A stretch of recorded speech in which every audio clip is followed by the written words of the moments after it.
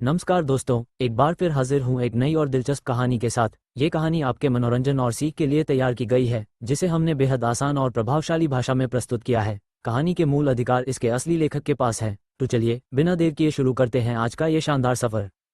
Kent की शरारती बात सुनकर सेंट सेलिन ने अपने कदम तेज कर लिए। वह उस व्यक्ति के पास रहना नहीं चाहती थी जिसे वह अपना दिल दे चुकी थी। केंट ने उसे और परेशान नहीं किया। वह चुपचाप चारों लड़कियों के पीछे चलने लगा जो पहले से ही लोगों का ध्यान आकर्षित कर रही थी।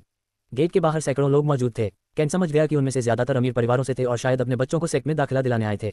लेकिन लंबी लाइन देखकर साफ था कि उन्हें ज्यादा सफलता नहीं मिल रही थी। फिर भी वे हार मानने को तैयार नहीं थे। केंट ने देखा कि कुछ लोग विलियन को घूर रहे थे। उनकी निगाहों में लालच साफ झलक रहा था। दूसरी ओर यूनिटी का शरीर अब भी छोटा और संतुलित था, लेकिन उसके कपड़े इतने फिट थे कि कुछ भी छुपा नहीं था।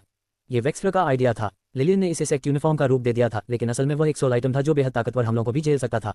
एल्से की बात ही अलग थी। उसकी गोरी त्वचा, लंबे चांदी जैसे बाल और नीली आंखें उसे बेहद आकर्षक बना रही थीं। यहाँ तक कि गार्ड्स भी उसे देखते जा रहे थे। जहाँ तक सेंट सेलिन का सवाल था, कोई भी उसकी तरफ गलत नजर डालने की हिम्मत नहीं करता था। और केंट, वह चार खूबसूरत लड़कियों के साथ एक ही गाड़ी से उतरा था, इसलिए पहले से ही लोगों की नफरत का केंद्र बन चुका था। लेकिन उसे इसकी कोई परवाह नहीं थी। उसका ध्यान सामने आ रही एक टोली पर था। वे अभी दूर थे, लेकिन केंट उन्हें साफ देख पा रहा था। उनकी अगुवाई एक ऐसी महिला कर रही थी जो बेहद शक्तिशाली लग रही थी। कुछ ही सेकंड में वे पास आ गए। गार्ड्स ने रास्ता खोल दिया। सेलिन ने तुरंत झुककर कहा, नमस्कार गेट मास्टर मारा। यूनिटी, लिलियन और एल्सा ने भी ऐसा ही किया, लेकिन केंट नहीं झुका। वह झुकना चाहता था, लेकिन उसका शरीर हिल ही नहीं रहा था। किसी ने उसे पूरी तरह जकड़ लिया था। तुम कौन हो? गेटमास्टर मारा ने पूछा और सेलिन को जवाब देने से रोक दिया। केंट ने हल्की मुस्कान के साथ जवाब दिया, ये सवाल तो मुझे पूछना चाहिए, है ना? लेकिन अगर आप जानना चाहती हैं तो मैं केंट हूँ, केंट मैडसन। उसने अपने मास्टर को आश्वस्त करने के लिए मुस्कुराया, लेकिन अगले ही पल दबाव और बढ़ गया। उसकी नाक से खून बहने लगा। सेलिन और बाकी लड़कियां आगे बढ़ना चाहती थीं, लेकिन केंट ने उन्हें रोक दिया। ये साफ था कि यह एक परीक्षा थी। मारा उसे मारना नहीं चाहती थी, बल्कि उसकी सहनशक्ति जांच रही थी।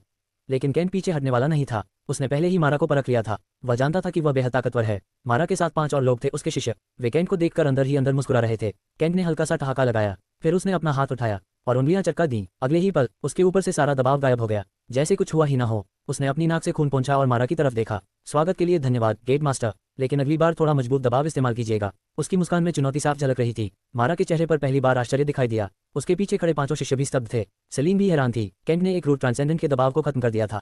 किसी को समझ नहीं आ रहा था कैसे। असल में केंट ने एक स्किल का इस्तेमाल किया था, रूल ब्रेकर। ये स्किल उसे सेलिन के हाईआरईएम में शामिल होने के बाद मिली थी। इसकी क्षमता सरल थी। दिन में एक बार वह किसी भी नियम या प्रभाव को तोड़ सकता था। जहर हो, हमला हो या कोई शक्ति, वह उसे निष्क्रिय कर सकता था। लेकिन एक बार इस्तेमाल करने के बाद वह व्यक्ति पूरे दिन उसे नुकसान नहीं पहुंचा सकता था।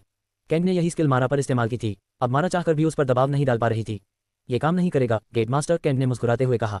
लेकिन अब जब हम दोस्त बन ही गए हैं तो क्यों ना एक दूसरे को थोड़ा और जान लें। मैं केंट हूँ और स्वॉर्ड सेंट सेलिन का इकलौता शिष्य हूँ। उसने हाथ आगे बढ़ाया। मारा के शिष्य विरोध करना चाहते थे। सेलिन भी रोकना चाहती थी, लेकिन तभी मारा मुस्कुराए और उसने केंट का हाथ थाम लिया। मिलकर अच्छा लगा केंट, मैं मारा हूँ, तुम मुझे मारा या मार कह सकते हो। ये देखकर सब हैरान रह गए। केंट ने भी मुस्कुराकर सिर हिलाया, लेकिन अंदर ही अंदर वह घबरा रहा था, क्योंकि मारा की मुस्कान बिल्कुल भी सामान्य नहीं थी। फिर उसने सेलिन की ओर देखा। तुम्हें शिष्य मिलने पर बधाई, लेकिन अब तुम्हारे शिष्य को ट्रायल ऑफ द स्वॉर्ड से गुजरना होगा। अगर वह पास हो गया तो सेक्ट उसे स्वीकार करेगा, अगर नहीं तो उसे क्रिपल कर दिया जाएगा। सेलिन का चेहरा पीला पड़ गया। उसे पहले से अंदाजा था, क्योंकि मारा के पास एक खास शक्ति थी, स्वॉर्ड आई। यह आंख उसे लोगों का असली स्वरूप दिखाती थी। और उसने क्या देखा था? सेलिन अब पवित्र नहीं थी। उसकी इन एसेंस पूरी तरह केंट से जुड़ी हुई थी। मारा गुस्से से भर उठी थी। वह केंट को तुरंत मारना चाहती थी, लेकिन वह ऐसा नहीं कर सकती थी, इसलिए उसने ये रास्ता चुना। लेकिन उसने गलत इंसान चुन लिया था। केंट के मन में एक आवाज गूंजी, मास्टर, ये तुम्हारा मौका है मशहूर बनने का। और केंट बस मुस्कुरा रहा था। कुछ हफ्ते पहले जब केंट ने टॉवर को जागृत किया था और उसके संदेशों को देख रहा था, तभी उसे अपनी प्राइमोर्डियल जेनेसिस स्वॉर्ड आर्ट की असली प्रकृति का पता चला। उसी पल उसने एक योजना बना ली, अपने मास्टर के लिए भी वही शक्ति प्राप्त करने की। उस समय वह उसे अपने आकर्षण में लाने की कोशिश कर रहा था, और अब उसके पास एक ठोस लक्ष्य भी था। सौभाग्य से वह यूनिवर्स का पुत्र था और यूनिवर्स पूल तक उसकी पहुंच थी। इसी वजह से उसे 5th स्वॉर्ड पाथ खोलने का एक अवसर दिया गया। लेकिन यह आसान नहीं था। उसे एक क्वेस्ट दिया गया, डिवाइन पैलेस सेक्ट के स्वॉर्ड गेट में 100 स्वॉर्ड्समैन को चुनौती देना और हर एक मुकाबले में जीत हासिल करना। तब से केंट ने इस लक्ष्य को अपने दिमाग के पीछे रख लिया था। वह सही समय का इंतजार कर रहा था जब वह अपनी मास्टर के साथ सेक्ट में प्रवेश करेगा और इस चुनौती को पूरा करेगा। लेकिन उसने कभी नहीं सोचा था कि यह मौका खुद चलकर उसके पास आ जाएगा, ठीक वैसे जैसे सुबह की कॉफी बिना मांगे सामने आ जाए। सेक्ट में एक खास ट्रायल था, ट्रायल ऑफ द स्वॉर्ड। ये पूरे सेक्ट का सबसे कठिन परीक्षण माना जाता था। इसमें चैलेंजर को स्वॉर्ड गेट के 50 लोगों से लड़ना होता था और 5 दिनों के अंदर सभी को हराना होता था। अगर एक भी मुकाबला हार गया तो सजा तय थी, उसे क्रिपल कर दिया जाता। ये ट्रायल सिर्फ उन लोगों के लिए रखा गया था जिन्होंने कोई बड़ा अपराध किया हो। और सबसे चौंकाने वाली बात, अब तक सिर्फ 3 लोगों ने इस ट्रायल को लिया था, और तीनों चौथे मुकाबले से पहले ही हारकर क्रिपल हो गए थे। मास्टर प्लीज, क्या ये थोड़ा ज्यादा कठोर नहीं है? सेंट सेलिन ने घबराकर कहा। उसका चेहरा पीला पड़ चुका था। कठोर, हाँ, लेकिन वह इसका हकदार है, गेट मास्टर मारा ने ठंडे स्वर में कहा। हालांकि उसकी आवाज में हल्का सा संदेह भी छिपा था। मास्टर प्लीज, सेलिन ने फिर विनती की, लेकिन इस बार मारा ने उसकी तरफ देखा तक नहीं। वह सीधे केंट की तरफ मुड़ी, जो अब भी शांत खड़ा मुस्कुरा रहा था। 2 दिन बाद तुम ट्रायल ऑफ द स्वॉर्ड में प्रवेश करोगे, उसने कहा। तुम्हें 50 स्वॉर्ड मास्टर्स और ग्रैंड मास्टर्स से लड़ना होगा। अगर तुम जीत गए तो तुम्हें स्वीकार किया जाएगा, अगर हार गए तो तुम्हें क्रिपल करके सेक्ट से निकाल दिया जाएगा। सेलिन के चेहरे का रंग और भी उड़ गया। केंट ने उसकी तरफ देखा और हल्के से हंस दिया। माफ कीजिए, लेकिन मुझे ये न्यायसंगत नहीं लगता, केंट ने कहा। मारा ने कंधे उचकाए। तुम्हारी राय की कोई कीमत नहीं है, फैसला हो चुका है। उसकी आवाज़ शांत थी, लेकिन अंदर दबा हुआ गुस्सा साफ महसूस हो रहा था। असल में वह हाल ही में किरत किंगडम के एक राजकुमार से मिली थी। एक राजनीतिक शादी की बात चल रही थी जिससे स्वॉर्ड गेट को फायदा होता, लेकिन जब उसने सेलिन की स्थिति देखी, उसका रत्न पहले ही छीन लिया गया था। वह गुस्से से भर उठी। अब वह सिर्फ एक चीज चाहती थी, केंट को पछताना पड़े, लेकिन वह ये समझ नहीं पाए कि उसने एक ऐसे ड्रैगन को चुनौती दे दी है जो अराजकता में जीता है। केंट मुस्कुराया। अगर आप मेरी कीमत आंकना चाहती हैं तो 50 क्यों, 100 ग्रैंड मास्टर्स क्यों नहीं। उसके शब्द सुनकर सब स्तब्ध रह गए, यहाँ तक कि गेट मास्टर मारा भी अपनी भावनाओं को छुपा नहीं पाए। केंट ने आगे कहा, मुझे अपमानित करने का इरादा नहीं है, लेकिन अगर खबर फैलेगी कि एक 18 साल का लड़का आया और 50 लोगों को हराकर चला गया, तो ये स्वॉर्ड गेट के लिए अच्छा नहीं लगेगा। बेहतर होगा कि कहानी कुछ ऐसी हो। एक सुंदर प्रतिभाशाली युवक आया और उसने 100 ग्रैंड मास्टर स्वॉर्ड्समैन को चुनौती देकर सभी को हरा दिया। वह थोड़ा और करीब आया और धीमे से बोला, वैसे क्या आपके डिसाइपल्स किसी ऐसे व्यक्ति से लड़ पाएंगे जिसके पास स्वॉर्ड इंटेंट, स्वॉर्ड ची और स्वॉर्ड बॉडी तीनों हो। जैसे ही उसने ये कहा, उसने अपनी शक्ति प्रकट कर दी। तुरंत एक तेज ऊर्जा फैल गई। गेट मास्टर खुद एक कदम पीछे हट गई। उसने सेलिन की तरफ देखा जो अब गर्व से मुस्कुरा रही थी। उसी पल मारा को एहसास हुआ, उसने गलती कर दी है, लेकिन अब बहुत देर हो चुकी थी। वह अपनी बात वापस नहीं ले सकती थी। केंट ने फिर कहा, मेरा नाम केंट मैथसन है, मैं स्वॉर्ड सेंटेस सेलिन का इकलौता शिष्य हूँ। 2 दिन बाद मैं 100 ग्रैंड मास्टर स्वॉर्ड्समैन को चुनौती दूंगा। अगर हिम्मत है तो आ जाना। अगर मैं हार गया तो मैं अपनी सजा स्वीकार करूंगा, लेकिन अगर तुम हारे तो तुम्हें मिलेगा heaven great sword skill, 1 million spirit stones और सेलिन की तरफ से एक कॉन्ट्रैक्ट जिससे तुम उसका शिष्य बन सको। सभी इनाम गेट मास्टर के पास रहेंगे ताकि कोई चीटिंग ना हो।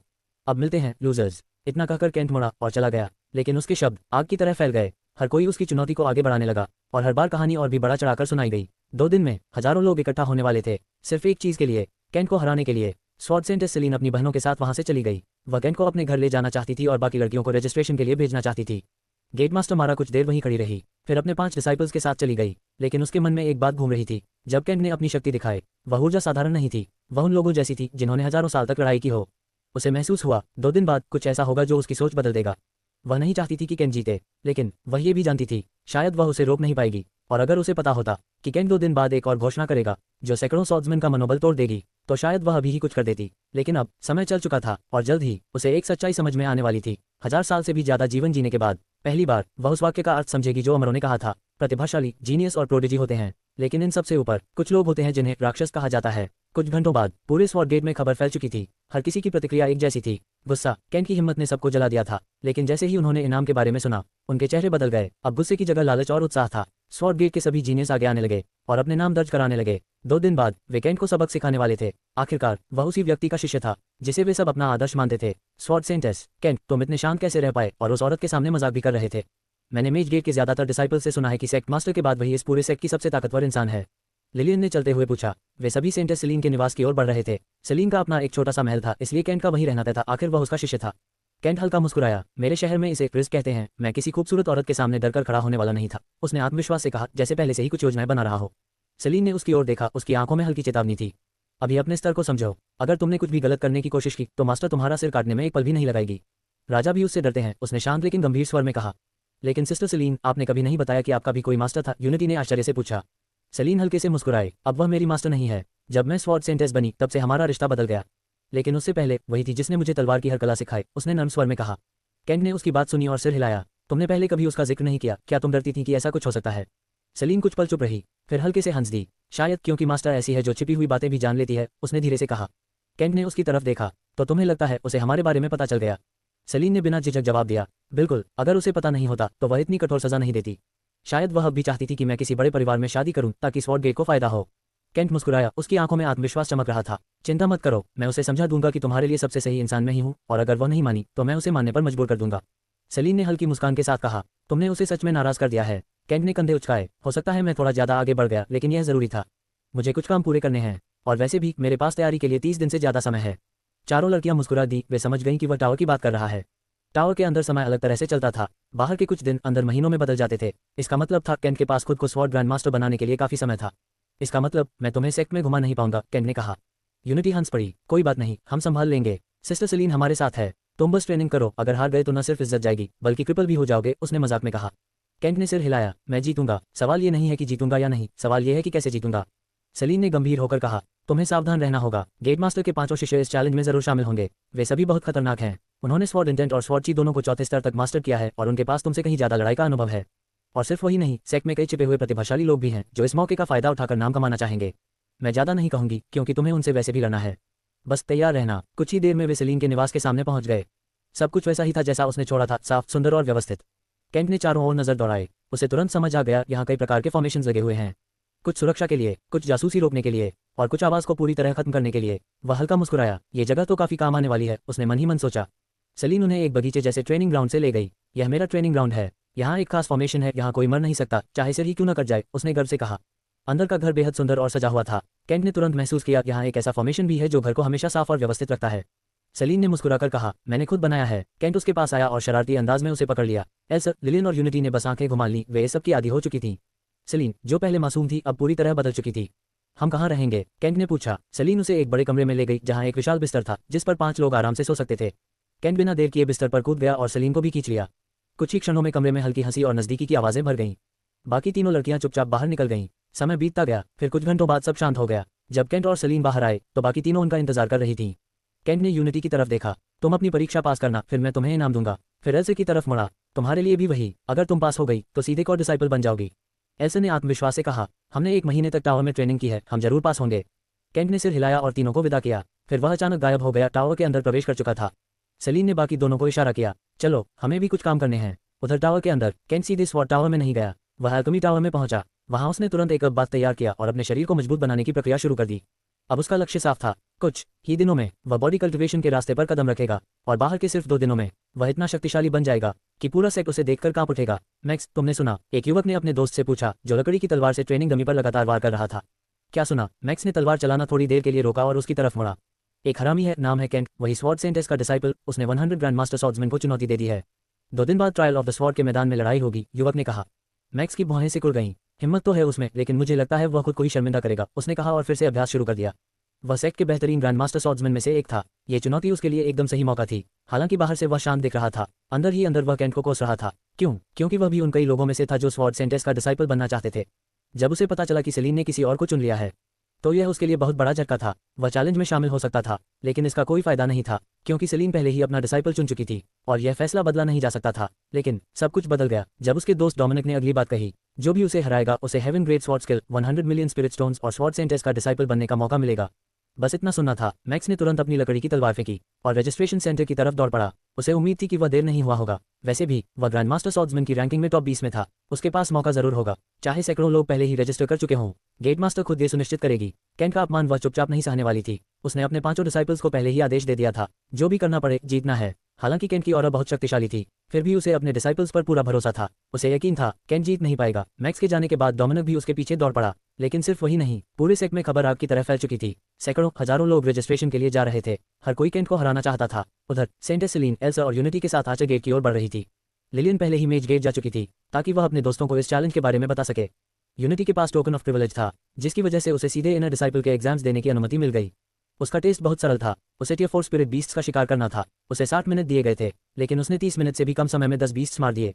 वह आसानी से पास हो गई। उसके बाद उसे उसका कमरा दिया गया और सेक्ट के कपड़े और जरूरी चीजें भी। स्वॉर्ड सेंटेस के साथ होने की वजह से उसे सबसे बेहतरीन सुविधाएं मिली। सेलीन ने उसे अपनी सगी बहन के रूप में इंट्रोड्यूस किया, जिससे उसका स्टेटस तुरंत बढ़ गया। सब कुछ सेट होने के बाद सेलीन ने यूनिटी को वहीं छोड़ दिया और एल्सा के साथ आगे बढ़ी। शुरू में एल्सा स्वॉर्ड गेट में जाना चाहती थी, लेकिन उसने अपना फैसला बदल दिया। उसने सोल गेट को चुना। डिवाइन पैलेस सेक्ट में कुल 7 गेट्स थे। Sword gate, archer gate, soul gate, alchemy gate, maze gate, body gate, spear gate. Soul gate और अल्केमी गेट आपस में जुड़े हुए थे क्योंकि ज्यादातर सोल कल्टिवेटर्स अल्केमिस्ट्स भी होते थे, लेकिन एल्सा अलग थी। उसका झुकाव सोल की ओर था और सोल गेट उसके लिए सबसे सही जगह थी। जब उसने ट्रायल दिया तो उसने अपने ओपोनेंट को एक ही अटैक में हरा दिया, वह भी एक रूट सेज को। उसकी ताकत देखकर सोल गेट मास्टर खुद प्रभावित हो गया। उसने तुरंत पूछा, क्या तुम मेरी डिसाइपल बनना चाहोगी? और साथ ही उसे पर्सनल डिसाइपल बनाने का प्रस्ताव भी दिया। एल्सा ने दोनों स्वीकार कर लिए। ये वेक्सफ्रे की सलाह थी कि अपनी असली पहचान छुपाकर धीरे धीरे आगे बढ़ो। अगर वह इनकार करती तो शक पैदा हो जाता, लेकिन अब वह बिना ध्यान खींचे तेजी से आगे बढ़ सकती थी। उसने अपनी ताकत भी पूरी तरह नहीं दिखाई ताकि लोग उसे कम आंकें। अब वह कोर डिसाइपल भी बन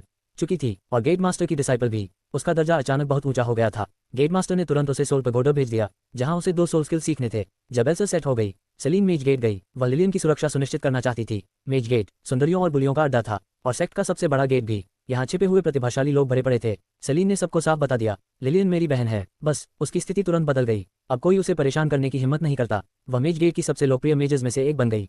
इसके बाद सेलीन स्पीयर गेट की ओर चली गई, अपने बचपन की दोस्त, अपनी बहन न्योमी से मिलने। उधर किरित किंगडम में पॉइजन विच अपने एक्सपेरिमेंट के अंतिम चरण में थी। वह एक ऐसी पॉइजन पिल बना रही थी जो पूरे कॉन्टिनेंट की सबसे खतरनाक पिल्स में से एक बन सकती थी। यह एक टियर 7 पिल थी। उसका काम 98% पूरा हो चुका था, बस आखिरी चरण बाकी था। लेकिन उसकी डिसाइपल एनाबेल का ध्यान कहीं और था। वह बेचैन थी, उत्साहित थी और एक ही चीज सोच रही थी, केंट। वह उसे थप्पड़ मारना चाहती थी, उसे सबक सिखाना चाहती थी, क्योंकि उसने उसका अपमान किया था। एनाबेल हमेशा से घमंडी थी और अब जब उसकी बेइज्जती हो चुकी थी तो वह इसे सहन नहीं कर पा रही थी। उसे लग रहा था अगर उसने बदला नहीं लिया तो वह चैन से सो भी नहीं पाएगी। पहले वह अपनी मास्टर की वजह से ताकतवर थी, लेकिन केंट से मिलने के बाद उसे एहसास हुआ कि बिना उसके मास्टर के वह कुछ भी नहीं है। यह एहसास उसे अंदर से तोड़ रहा था। वह फिर से मजबूत बनना चाहती थी और उसके लिए उसे सिर्फ एक काम करना था, केंट से बदला लेना। लेकिन उसे यह नहीं पता था कि वह किससे टकराने जा रही है और उसकी यह जिद उसे किस अंजाम तक ले जाएगी। जब सेंट सेलिन स्पीयर गेट पहुंची, खासतौर पर अपनी बहन नेओमी के निवास पर, तो उसने पहले ही तय कर लिया था कि वह वहां अपना समय कैसे बिताएगी ताकि केंट के साथ अपने रिश्ते को तुरंत उजागर न करना पड़े। उसे थोड़ा समय चाहिए था अपनी बहन को यह बताने के लिए कि अब वह प्यार में पड़ चुकी है, और वह भी अपने ही डिसाइपल के साथ। ये बात मानना अजीब था, लेकिन सच्चाई भी यही थी। धीरे धीरे बताऊंगी, उसने मन ही मन निश्चय किया। निर्णय लेने के बाद वह अंदर चली गई। जैसे उसका अपना घर फॉर्मेशन से सुरक्षित था, वैसे ही नेओमी का निवास भी पूरी तरह सुरक्षित था। दीदी, मैं आ गई, सेलिन ने अंदर कदम रखते हुए कहा। अंदर जाते ही वह एक बेहद सुंदर स्त्री के सामने खड़ी थी, जो उम्र में लगभग उसके बराबर थी, लेकिन शरीर के मामले में उससे कहीं ज्यादा आकर्षक थी। सेलिन ने बिना देर किए उसे कसकर गले लगा लिया, जैसे कोई बच्चा अपने प्रिय व्यक्ति से मिलकर खुश हो जाता है। उस पल वह सच में वैसी ही लग रही थी, क्योंकि वह ये रूप सिर्फ अपनी बहन के सामने ही दिखा सकती थी, जब तक कि वह केंट से नहीं मिली थी। मुझे आपकी बहुत याद आई, दीदी, सेलिन मुस्कुराते हुए बोली। नेओमी ने भौहें उठाईं। उसने अपनी बहन की मुस्कान को गौर से देखा। यह अजीब था, क्योंकि कुछ महीने पहले तक सेलिन इतनी सहजता से मुस्कुराती ही नहीं थी। पहले तो ये बात भूल जाओ कि तुम 60 साल की होकर भी एक बच्चे की तरह व्यवहार करती हो, और ये बताओ कि तुम इतनी खुश क्यों हो। नेओमी ने थोड़ा गंभीर होकर पूछा। क्या कुछ अच्छा हुआ है? असल में सेंटेस बनने के बाद के अलावा सेलिन के साथ कभी कुछ खास अच्छा नहीं हुआ था, मानो उसकी किस्मत ही खराब हो। इसलिए उसे इस तरह मुस्कुराते देख नेओमी को यकीन हो गया कि कुछ बड़ा हुआ है। सेलिन ने हल्का मुंह फुला लिया। दीदी, क्या मैं बिना किसी वजह के खुश नहीं हो सकती? यह उसके लिए गलती साबित हुई, क्योंकि सेलिन ने कभी मुंह नहीं फुलाया था। वह तो ऐसे लोगों को पसंद भी नहीं करती थी। नेओमी अब पूरी तरह समझ गई, उसकी बहन बदल चुकी है, और यह बदलाव साधारण नहीं था। उसे यकीन हो गया कुछ बहुत बड़ा हुआ है। सच बताओ, नेओमी ने सख्त स्वर में कहा। सेलिन हल्का हंस दी। आप हमेशा इतनी गंभीर क्यों रहती हैं, दीदी? इसी वजह से मुझे यहाँ आना पसंद नहीं। उसने फिर मुंह फुलाया, लेकिन इस बार उसने सच बताने का फैसला किया। मुझे एक डिसाइपल मिल गया है आखिरकार, उसने मुस्कुराते हुए कहा। अब नेओमी को समझ आया वह खुश क्यों है, तो आखिरकार उसे अपने जैसा कोई मिला। दिलचस्प, उसने मन ही मन सोचा। कौन है वो? क्या वह तुमसे भी बेहतर है? सेलिन ने सिर हिलाया। वह लड़की नहीं है दीदी, वह लड़का है। उसका नाम केंट मैथसन है। नेओमी की दोनों भौहें ऊपर उठ गईं। वह फिर से चौंक गई। क्यों? क्योंकि वह सेलिन को बहुत अच्छी तरह जानती थी। सेलिन कभी भी किसी पुरुष को अपना डिसाइपल नहीं बनाती। दोनों बहनों को पुरुषों से नफरत थी। ये नफरत उनके बचपन की एक भयानक घटना से जुड़ी थी। उन्होंने बदला तो ले लिया था, लेकिन वह नफरत कभी खत्म नहीं हुई। इसलिए ये बात असंभव जैसी थी। तुम मजाक कर रही हो? नेओमी ने शक भरी नजरों से पूछा। सेलिन ने सिर हिलाया। नहीं, मैं सच कह रही हूँ। नेओमी अब ध्यान से उसे देखने लगी। सेलिन में कुछ बदल गया था। अगर यह बदलाव सालों में आता तो वह शायद उसे दुश्मन समझकर हमला कर देती, लेकिन अब वह सिर्फ समझने की कोशिश कर रही थी। सेलिन शांत स्वर में बोली। वह बहुत मेहनती है। सिर्फ 18 साल की उम्र में उसने स्वॉर्ची, स्वॉर्ड और स्वॉर्ड बॉडी तीनों हासिल कर लिए हैं। क्या? नेओमी सच में चौंक गई। क्या तुम पक्का कह रही हो? सेलिन ने गर्व से कहा। हाँ, नहीं तो मैं उसे अपना डिसाइपल क्यों बनाती? वह साधारण नहीं है, मैं भी उसके सामने फीकी पड़ती हूँ। नेओमी कुछ पल चुप रही। अंदर से वह हिल चुकी थी। 20 साल से कम उम्र और इतनी ताकत, ये लड़का है या राक्षस? अब उसकी जिज्ञासा और बढ़ गई। उसके बारे में और बताओ, उसने हल्की मुस्कान के साथ कहा। सेलिन भी मुस्कुराए। वह अच्छा है, मेहनती है और बहुत हैंडसम है। उसकी प्यारी मुस्कान देखकर नेओमी ने फिर भौं उठाए। तुम बदल गई हो, उसने कहा। पहले समझ नहीं आ रहा था, लेकिन अब समझ आ गया। तुम्हारा बदलाव कहाँ से आया है? सेलिन एक पल के लिए घबरा गई। नेओमी की नजरें बहुत तेज थीं। वह तुरंत समझ गई कुछ छुपाया जा रहा है। तुमने ऐसा तो नहीं? नेओमी ने धीरे से कहा। सेलिन ने उसकी आंखों में देखा और मुस्कुरा दी। ये हमारी सोच से भी बेहतर था, और हाँ, मैं उसके साथ सो चुकी हूँ दीदी, उसने गर्व से कहा। नेओमी की आंखें फैल गईं। तुमने क्या किया? नेओमी अपनी बहन को बस देखती रह गई। उसके चेहरे पर गहरा सदमा साफ झलक रहा था, मानो उसने अभी अभी कोई ऐसी बात सुन ली हो जो कभी कही ही नहीं जानी चाहिए थी। उसकी बहन, वही सेंट सेलिन जिसे वह सालों से जानती थी, अभी अभी यह कबूल कर चुकी थी कि वह एक औरत बन चुकी है, और वह भी अपने ही डिसाइपल के साथ। ये बात उसकी समझ से पूरी तरह बाहर थी, लेकिन सेलिन के चेहरे पर जो मुस्कान थी, उसे देखकर नेओमी समझ गई कि वह सच में खुश है। वह वैसी टूटी हुई नहीं लग रही थी जैसी सालों पहले ऑर्फनेज की घटना के बाद थी। ये बात नेओमी को और भी उलझा रही थी, क्योंकि वह खुद अब तक उस घटना से बाहर नहीं निकल पाई थी। लेकिन सेलिन, वह आगे बढ़ चुकी थी और अब सच में खुश थी। तुमने ऐसा क्यों किया? नेओमी ने धीरे से पूछा। सेलिन ने बिना झिझक जवाब दिया। क्योंकि मैं उससे प्यार करती हूँ और मैं खुश रहना चाहती थी। मैंने खुद को उसे दे दिया और अब मैं बहुत खुश हूँ। उसका चेहरा खुशी से चमक रहा था। नेओमी अभी भी समझ नहीं पा रही थी, लेकिन वही क्यों? हर दिन हजारों ताकतवर लोग तुम्हारे पीछे पड़े रहते थे, राजकुमार, वारिस, सब तुम्हारा हाथ मानते थे। फिर क्यों? तुमने अपनी पवित्रता एक साधारण डिसाइपल को क्यों दे दी? सेलिन हल्का मुस्कुराए। सबसे पहले तो वह कुछ बोलने ही वाली थी। सेलिन, नेओमी चिल्लाई। उसके गाल हल्के लाल हो गए। सेलिन हंस पड़ी। क्या हुआ? तुमने ही तो पूछा था। मैं बस समझा रही हूँ, उसने शरारती मुस्कान के साथ कहा। नेओमी ने सिर हिलाया। तुम बदल गई हो और मुझे तुम्हारा यह नया रूप पसंद नहीं है।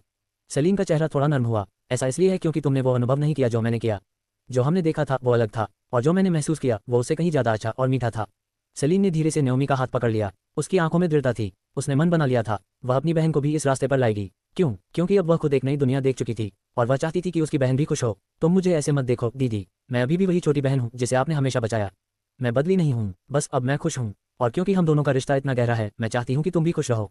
सेलिन मुस्कुराए। नाओमी चुप थी, वह सोच में डूबी हुई थी। सेलिन ने आगे कहा, पिछले एक हफ्ते में मैंने जो महसूस किया वो सब उसी की वजह से था। मैं उससे प्यार करती हूँ, और मुझे यकीन है तुम भी उससे प्यार करोगी, क्योंकि वह तुम्हें वो महसूस करा सकता है जो तुमने कभी सोचा भी नहीं होगा। नाओमी ने धीरे से पूछा, क्या? सेलिन हल्का मुस्कुराए। जब मैंने उसे अपना डिसाइपल बनाया मुझे लगा वह सिर्फ तलवार में प्रतिभाशाली है और हैंडसम है, लेकिन बाद में पता चला वह उससे कहीं ज्यादा दिलचस्प है। तुम जानती हो, शुरू से ही उसकी योजना थी कि वह मुझे अपने बिस्तर पर ले जाए, और उसने मुझे ये बात बिना किसी डर के सीधे बता दी। नाओमी हल्का मुस्कुराए। वह काफी बोल्ड है, पुरानी सेलिन होती तो उसे वहीं काट देती। सेलिन ने सिर हिलाया। वह बेशर्म है लेकिन अच्छा इंसान भी है, और जब मैंने उसे पहली बार देखा तभी समझ गई थी कि मैं हार चुकी हूँ।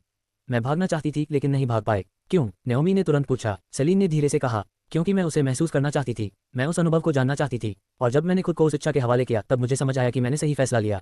सेलिन उसे घर के एक कोने में ले गई, जहाँ एक संतरे का पौधा लगा था। दोनों एक छोटी बेंच पर बैठ गईं। नाओमी ने पूछा, तुम मुझे ये सब क्यों बता रही हो? सेलिन ने उसकी आंखों में देखा और साफ शब्दों में कहा, मैं चाहती हूँ कि तुम भी उसकी स्त्री बनो। नाओमी बस हल्का मुस्कुराए। तुम मजाक कर रही हो? नहीं, सेलिन ने गंभीर होकर कहा, मैं सच कह रही हूँ। वह तुम्हारे लिए सही है। तुम खुद भी एक औरत बनना चाहती हो लेकिन डरती हो, तो पहले उसे जानो। अगर वह तुम्हें पसंद आए तो आगे बढ़ो। वह हल्का हंस पड़ी। और तैयार रहना, क्योंकि पहली बार के बाद तुम खुद को रोक नहीं पाओगी। सेलिन ने अपना सिर नाओमी के कंधे पर रख दिया। वह उस पर बेहद खुश थी, लेकिन नाओमी, वह भी अपनी बहन के इस बदलाव को स्वीकार नहीं कर पा रही थी। फिर भी वह ये जरूर देख पा रही थी कि सेलिन सच में खुश है। क्या वह सच में इतना खास है? क्या मैं भी ऐसी खुश हो सकती हूँ? उसने सोचा, लेकिन तुरंत खुद को रोक लिया। वह जानती थी पहले उसे कैन से मिलना होगा। जरूरत पड़ी तो उसे पकड़कर सच भी निकलवाएगी, तभी वह शांत हो पाएगी। सेलिन हंसते हुए बोली, अगर चाहो तो मेरे घर में रहकर हमें देख भी सकती हो। तुम्हारे सारे सवाल खत्म हो जाएंगे। पागल हो गई हो क्या? नाओमी ने उसके सिर पर हल्की चपत मारी, लेकिन अंदर ही अंदर वह खुद भी ऐसा ही सोच रही थी। सेलिन ने विषय बदला, वैसे इंग्रिड कहाँ है? नाओमी ने हल्की सांस ली। वह अपने कमरे में बंद है, बाहर ही नहीं आ रही। उसे भी कुछ महसूस हुआ है, लेकिन हमारे जैसा दर्द नहीं, बल्कि वह इसको लेकर उत्साहित है। सेलिन ने भौं उठाए। बस इतना ही। नाओमी मुस्कुराए। वह अब उसी स्टेज पर है जहां तुम हो। सेलिन हंसी। तो उसे भी अनुभव करना है। अच्छा है, कम से कम वह तुम जैसी नहीं है। सेलिन उठ खड़ी हुई। चलो, मैं उसे बाहर ले जाती हूँ। वैसे भी मेरे डिसाइपल का ट्रायल ऑफ द स्वॉर्ड शुरू होने वाला है। इससे अच्छा मौका क्या होगा? वह इंग्रिड के कमरे की ओर बढ़ गई। काश उसे पता होता, जिस इंसान ने इंग्रिड को परेशान किया है वही उसका अपना आदमी है। केओस ड्रैगन अब सेक में आ चुका था, और अब सब कुछ तेजी से बदलने वाला था। केंट को टॉवर में प्रवेश किए हुए अब पूरे 46 दिन हो चुके थे। उसने ये समय उस अचानक दिए गए चुनौती के लिए तैयारी करने में बिताया था, ताकि वह अपनी प्रतिष्ठा न खो दे। लेकिन बाहर की दुनिया में सिर्फ 46 घंटे ही बीते थे। इसका मतलब था ट्रायल शुरू होने में अब सिर्फ 2 घंटे बचे थे, और इस समय एरिना पहले से ही लोगों से भरा हुआ था। हर कोई बैठा हुआ था, उत्सुकता से इंतजार कर रहा था, एक और असफल प्रतिभाशाली तलवारबाज के पतन को देखने के लिए। यही सबकी उम्मीद थी, क्योंकि इस सेक्ट में हर कोई जानता था, जब भी ट्रायल ऑफ द स्वॉर्ड शुरू होता है, जो व्यक्ति चुनौती देता है वह कभी भी बिना बुरी तरह हार खाए नहीं निकलता। इस बार तो मामला और भी बड़ा था। लोग केंट पर गुस्सा थे, क्योंकि उसने चुनौती को और बढ़ा दिया था। 50 की जगह 100 ग्रैंड मास्टर तलवारबाजों को चुनौती दी थी। उसकी यह हरकत पूरे डिवाइन पैलेस सेक्ट में फैल चुकी थी। आउटर, इनर और कोर, हर एक डिसाइपल को उसके बारे में पता था, और हर कोई बस यही चाहता था कि वह बुरी तरह हार जाए। लेकिन जब बाहर की भीड़ उसके पतन का इंतजार कर रही थी, केंट अंदर स्वॉर्ड टावर में लगातार मेहनत कर रहा था। पिछले 40 दिनों से वह अपने शरीर को उन जड़ी बूटियों से मजबूत बना रहा था जो उसने ग्रीन गेट बाजार से खरीदी थी। उसकी योजना साफ थी, वेक्सटर के बताए तरीके पर चलकर एक बॉडी कल्टिवेटर बनना, जिससे उसका स्वॉर्ड बॉडी और भी शक्तिशाली हो सके। अभी वह स्वॉर्ड बॉडी के शुरुआती स्तर पर था, लेकिन अगर वह सफल हो जाता तो उसका शरीर कॉपर बॉडी में बदल जाता, जो उसकी स्टैमिना को कई गुना बढ़ा देता। शुरुआत के दिनों में कोई प्रगति नहीं हो रही थी। उसका शरीर हर जड़ी बूटी को सोख लेता, लेकिन कोई बदलाव नहीं दिखता। 30 दिन बाद उसकी सारी जड़ी बूटियां खत्म हो गईं। अब उसके पास सिर्फ जहरीली जड़ी बूटियां बची थीं, लेकिन उसने उन्हें सीधे इस्तेमाल नहीं किया। पहले उसने टावर स्टोर से कुछ खास चीजें खरीदी, और फिर उसने जहरीली जड़ी बूटियों से शरीर को तपाना शुरू किया। ये प्रक्रिया बेहद दर्दनाक थी, लेकिन 38वें दिन वह सफल हो गया। वह एक बॉडी कल्टिवेटर बन चुका था। उस पर उसके शरीर में एक जबरदस्त ऊर्जा दौड़ गई। उसकी ताकत, उसकी सहनशक्ति और उसका मानसिक बल, सब कुछ कई गुना बढ़ गया। अब वह एक साधारण रूट ग्रैंड मास्टर से कहीं ज्यादा ताकतवर हो चुका था। बॉडी टावर भी खुल गया, लेकिन उसने समय बर्बाद नहीं किया। वह तुरंत वापस अपने असली लक्ष्य पर आ गया, तलवार की कला। उसके पास कुल 48 दिन थे, बाहर के 2 दिन। 38 दिन शरीर को मजबूत करने में लग चुके थे। बाकी समय उसने सिर्फ एक चीज पर ध्यान दिया, तलवार के सभी तकनीकों में महारत हासिल करना। वह बिना रुके अभ्यास करता रहा, एक पल के लिए भी नहीं रुका। उसका लक्ष्य था 10,002 स्वॉर्ड मूव्स को पूरी तरह सीखना। शुरुआत में उसे समझ नहीं आया कि यह क्यों जरूरी है, लेकिन धीरे धीरे उसे एहसास हुआ, यह सिर्फ तकनीक नहीं थी, यह उसकी पूरी तलवार की समझ को बदल रही थी। उसका स्वॉर्ड बॉडी और भी निखर रहा था। उसकी हर हरकत अब तलवार के साथ पूरी तरह तालमेल में थी। उसकी स्वॉर्ड इंटेंट और स्वॉर्ड ची दोनों और भी तेज हो चुके थे। जब उसने 10,000 मूव्स पूरे किए, उसे महसूस हुआ कुछ बड़ा होने वाला है। बस आखिरी 2 मूव्स बाकी थे। गाया और अकीरा भी ये देखने के लिए प्रकट हो गईं। 46वें दिन केंट ने आखिरी मूव पूरा किया, और तभी सब कुछ बदल गया। उसके शरीर से एक भयानक ऊर्जा फूटी। ये साधारण ऊर्जा नहीं थी, ये केओस एनर्जी थी। पूरी जगह अराजक हो गई। लेकिन फिर उसकी स्वॉर्ड ची ने सब कुछ संभाल लिया। हवा तक तेज हो गई, इतनी तेज की जब गाइया ने एक ट्रेनिंग डॉल को हवा में फेंका, वह पल भर में टुकड़ों में कट गया। फिर स्वॉर्ड इंटेंस सक्रिय हुआ और हालात और भी खतरनाक हो गए। अब तो एक स्वॉर्ड सेंट भी बिना चोट खाए नहीं बच सकता था। गाइया और अकीरा हंस पड़ी। जेनेसिस स्वॉर्ड पाथ, उन्होंने एक साथ कहा। कुछ समय बाद केंट के शरीर से बिजली निकलने लगी। धीरे धीरे वह बिजली उसके शरीर और तलवार का हिस्सा बन गई। सोने जैसी चमकती हुई बिजली उसके चारों ओर नाच रही थी। वह ध्यान में बैठा रहा करीब 1.5 दिन तक। जब उसने आंखें खोली, उसने तलवार म्यान में रखी और एक ही पल में सारी ऊर्जा गायब हो गई। बधाई हो मास्टर, गाइया ने मुस्कुराते हुए कहा। अकीरा भी पास खड़ी थी। केंट ने हल्का मुस्कुराकर कहा, धन्यवाद, लेकिन अब मेरा रास्ता और कठिन हो गया है। उसकी नज़र स्वॉर्ड ऑफ एनलाइटनमेंट पर थी। उसे पता था अब उसे एक नया लक्ष्य मिला है, लेकिन अभी वह सिर्फ अपने रास्ते को समझना चाहता था। उसने अपनी तलवार की म्यान की ओर देखा और मुस्कुराया। तो इसलिए तुमने मुझे यह म्यान दिलवाई थी ताकि मेरी स्वॉर्ड ची और इंटेंट को नियंत्रित किया जा सके। गाइया ने सिर हिलाया। जेनेसिस पाथ सबसे कठिन है, लेकिन सबसे शक्तिशाली भी। अगर आप अपने दुश्मन को मारना नहीं चाहते तो कभी तलवार मत निकालना। अकीरा हंसते हुए बोली, और आप डायलॉग भी मार सकते हैं, जैसे तलवार निकाली तो मौत तय है। केंट हंस पड़ा, ये तो मुझे और कूल बना देगा। फिर उसने पूछा, बाहर क्या हो रहा है? गाइया मुस्कुराए, सब लोग आपकी हार देखने के लिए इकट्ठा हुए हैं। तीनों एक दूसरे को देखने लगे और फिर जोर से हंस पड़े। डिवाइन पैलेस सेक्ट के स्वॉर्ड गेट में इस समय हजारों डिसाइपल्स एक विशाल एरिना में इकट्ठा हो चुके थे। ये वही एरिना था जहां ट्रायल ऑफ द स्वॉर्ड होता था। इसके निर्माण के बाद से इसका उपयोग सिर्फ 3 बार हुआ था। आखिरी बार 12 साल पहले, जब एक और डिसाइपल ने एक महिला डिसाइपल के साथ गलत हरकत की थी। उस समय गेट मास्टर उसका सिर काट देना चाहती थी, लेकिन उसे रोका गया। इसके बजाय उसे इस ट्रायल में धकेल दिया गया। वह सिर्फ 7 मुकाबले ही झेल पाया और उसका सिर काट दिया गया। हालांकि एरिना में एक खास फॉर्मेशन था जो मौत को रोकता था, इसलिए वह बाहर जिंदा वापस आ गया। लेकिन बाहर आते ही गेट मास्टर ने उसे सजा दी, उसकी कल्टिवेशन खत्म कर दी और उसे सेक्ट से निकाल दिया गया। गेट मास्टर मारा लेवल 8 रूट ट्रांसेंडेंट थी और सेक्ट की दूसरी सबसे ताकतवर व्यक्ति, इसलिए केंट को सजा देना कोई छोटी बात नहीं थी। लेकिन जहां सब इसे सजा मान रहे थे, केंट इसे एक मौका समझ रहा था, नाम कमाने का और अपना मिशन पूरा करने का। इस समय इन सेक्शन के सभी लोग और कुछ और डिसाइपल्स भी इकट्ठा हुए थे अपनी आइडल स्वॉर्ड सेंटेस सेलीन के डिसाइपल का पतन देखने के लिए। यार, आखिरकार मुझे ये ट्रायल देखने को मिल रहा है, एक डिसाइपल ने खुशी से कहा। पिछली बार जब ये हुआ था तब मैं बस शुरुआती स्टेज पर था। दूसरे ने जवाब दिया, मेरी बहन ने बताया था ये ट्रायल तलवारबाजों के लिए सबसे बड़ा सबक होता है। कैसे? उसने कहा, अगर तुम खुद चुनौती नहीं दे सकते तो इसे देखकर सीखो। और उसने क्या सीखा? कभी खुद चैलेंजर मत बनना। Tears of Joy. पास खड़े लोग हंस पड़े। अबे यार, मुझे लगा कुछ गहरी बात बोलेगा। अरे गुस्सा मत हो, असली मजा तो अब आएगा, देखना है कौन स्वॉर्ड सेंटेस का डिसाइपल बनेगा। दूसरा बोला, तुम केंट को कम समझ रहे हो क्या? तुम एल्डर हंस की बात भूल गए? कभी भी दुश्मन को कम मत समझो। पहला हंसा, कम नहीं समझ रहा, बस मान ही नहीं रहा। इन सेक्शन के टॉप 10 जीनियसेस आए हैं और गेट मास्टर के 5 डिसाइपल्स भी। तुम सच में सोचते हो कि वह एक भी मैच जीत पाएगा? दूसरा चुप हो गया। जब तुम ऐसे कहते हो तो सच में उसके चांसेस नहीं लगते। चारों तरफ यही चर्चा थी, कोई भी केंट पर भरोसा नहीं कर रहा था। इस सेक्ट में कई ऐसे तलवारबाज थे जिन्होंने कम उम्र में ही स्वॉर्ड ची और स्वॉर्ड इंटेंट जागृत कर लिया था। उन्होंने खतरनाक मिशंस पूरे किए थे। ऐसे में कोई नया लड़का, भले ही वह स्वॉर्ड सेंटेस का डिसाइपल हो, जीत नहीं सकता था। कुछ देर बाद स्वॉर्ड सेंटेस सेलीन एरिना में पहुंची। उसके साथ इंग्रिड भी थी। इंग्रिड स्पीयर सेंटेस की डिसाइपल और कॉर डिसाइपल्स में से एक शक्तिशाली प्रतिभा। भीड़ पागल हो गई। लोग सेलीन और इंग्रिड का नाम चिल्लाने लगे। कुछ ही मिनट बाद गेट मास्टर मारा अपने 5 डिसाइपल्स के साथ आए, जेड, लैंसन, पेन, जेन और एवर। उनके आते ही पूरी भीड़ जोर से चिल्लाने लगी। वे पांचों किसी सेलिब्रिटी से कम नहीं थे। सेक्ट में उनकी अलग ही पहचान थी। वे सभी एक ही दिन सेक्ट में शामिल हुए थे और सीधे गेट मास्टर के डिसाइपल बन गए थे। कहा जाता था सेलीन के सेंटेस बनने के बाद गेट मास्टर ने 5 नए प्रोडिजीज तैयार करने का फैसला किया था और ये वही 5 थे। कुछ ही देर में एरिना में और भी बड़े नाम दिखाई देने लगे। गेट मास्टर सीधा सेलीन के पास पहुंची। उसकी आंखों में गुस्सा साफ दिख रहा था। तुम्हारा वह घमंडी डिसाइपल कहाँ है? उसने ठंडे स्वर में पूछा। सेलीन मुस्कुराए, वह आएगा, चिंता मत कीजिए। मुझे कोई चिंता नहीं, बस उम्मीद है वह हारते समय भी इतना ही घमंडी रहे। ये कहकर वह अपनी सीट पर चली गई। सेलीन ने कुछ नहीं कहा, वह अपनी मास्टर को अच्छे से जानती थी। कुछ देर बाद स्पीयर सेंटेस नेओमी भी आ गई और सेलीन के पास बैठ गई। दोनों के बीच हल्की बातचीत हुई। सेलीन को महसूस हुआ गेट मास्टर शायद नेओमी को अपनी तरफ करना चाहती है, लेकिन सेलीन अंदर ही अंदर हंस रही थी क्योंकि वह जानती थी सब कुछ जल्द ही बदलने वाला है। तभी एक एल्डर एरिना के बीच में आया। सभी का स्वागत है, आज 4th trial of the sword होने जा रहा है। भीड़ शांत हो गई। आज Kent Madsen level 8 root grand master 100 grand master swordsman को चुनौती दे चुका है और हाँ, वह स्वॉर्ड सेंटेस का डिसाइपल है। भीड़ में हलचल मच गई। जो भी उसे हराएगा उसे मिलेगा heaven great sword skill, 100 million spirit stones और स्वॉर्ड सेंटेस का डिसाइपल बनने का मौका। भीड़ पागल हो गई, लेकिन बात यहीं खत्म नहीं हुई। गेट मास्टर की तरफ से विजेता को स्वॉर्ड गार्डन में 2 दिन बिताने का मौका भी मिलेगा। ये सुनकर हर कोई और भी उत्साहित हो गया। स्वॉर्ड गार्डन सेक्ट की सबसे पवित्र जगह थी जहां जाने का मौका सेंटेस को भी नहीं मिला था और अब यह इनाम में दिया जा रहा था। अब चलिए चैलेंजर का स्वागत करते हैं, केंट मैडसन। सबकी नजरें दरवाजे पर टिक गईं, लेकिन 10 मिनट तक कोई नहीं आया। भीड़ गुस्से से भर गई। भाग गया क्या? डर गया? गेट मास्टर भी नाराज हो गई। तभी एक आवाज गूंजी, इतने टेंशन में क्यों हो? क्या तुम लोग ट्रायल से पहले खाना नहीं खाते? सबकी नजर उस तरफ गई और वहां केंट खड़ा था, एक हाथ में सेब, दूसरे में सुनहरी म्यान वाली तलवार और उसके पीछे गाइया और अकीरा। तीनों आराम से चलते हुए एरिना की ओर बढ़ रहे थे। जैसे ही केंट की आवाज सबके कानों में पहुंची, पूरी भीड़ की नजरें एक ही दिशा में मुड़ गईं। वहां उन्होंने देखा एक बेहद हैंडसम लड़का आराम से सेब खाते हुए एरिना की ओर चलता हुआ आ रहा था। उसके हाथ में एक ऐसी तलवार की म्यान थी जो शायद वहां मौजूद किसी ने पहले कभी नहीं देखी थी। लोग गुस्से में थे, लेकिन फिर भी कोई यह नहीं नकार सकता था कि केंट सच में देखने लायक था। यहाँ तक कि कई महिला डिसाइपल्स और एल्डर्स भी उसे देखकर हैरान रह गईं। उधर सेंट सेलीन के पास बैठी इंग्रिड ने जैसे ही केंट को देखा, उसकी आंखें फैल गईं। उसने अपने मुंह पर हाथ रख लिया। सेलीन बस मुस्कुरा रही थी। उसे पहले से अंदाजा था, क्योंकि केंट ने उसे सब कुछ बताया था। जब उसने इंग्रिड से सुना कि उसने केंट को ऑक्शन हाउस में देखा था, तब से ही वह इस पल का इंतजार कर रही थी। सेलीन ने मुस्कुराकर कहा, वह मेरा डिसाइपल है। केंट हैंडसम है ना? इंग्रिड ने हल्का सा सिर हिलाया। वह अभी भी शॉक में थी। यहाँ तक कि नेओमी भी मान गई। केंट वाकई आकर्षक था, लेकिन ये समय इस बात पर ध्यान देने का नहीं था। भीड़ में किसी ने पूछा, उसके पीछे ये दो प्यारी लड़कियां कौन हैं? अब सबकी नजरें गाइया और अकीरा पर गईं। अकीरा अपने यूजुअल कपड़ों में थी, टैंक टॉप, शॉर्ट जीन्स और छोटा बैग। उसकी लंबी चोटी लगभग जमीन को छू रही थी। गाइया भी अब इंसान के रूप में थी, लेकिन उसने पायरेट हैट पहन रखी थी जो उसे थोड़ा अजीब लेकिन प्यारा बना रही थी। दोनों में कोई और नहीं था जिससे लोग समझ गए वे साधारण इंसान हैं। लोगों ने सोचा शायद उसकी सर्वेंट्स होंगी, क्योंकि फैमिली को सेक्ट में लाना अलाउड नहीं था, लेकिन सर्वेंट्स अलाउड थे। केंट एरिना के बाहर रुका और सलीम की ओर हाथ हिलाया। फिर उसकी नजर इंग्रिड से मिली और उसने उसे हल्का सा विंक किया। वह उसे पहचान चुका था, लेकिन उसने कुछ कहा नहीं। अकीरा, गाइया, तुम दोनों मास्टर के पास जाओ और जोर से चीयर करना, क्योंकि तुम दोनों और मास्टर ही मेरे फैंस हो।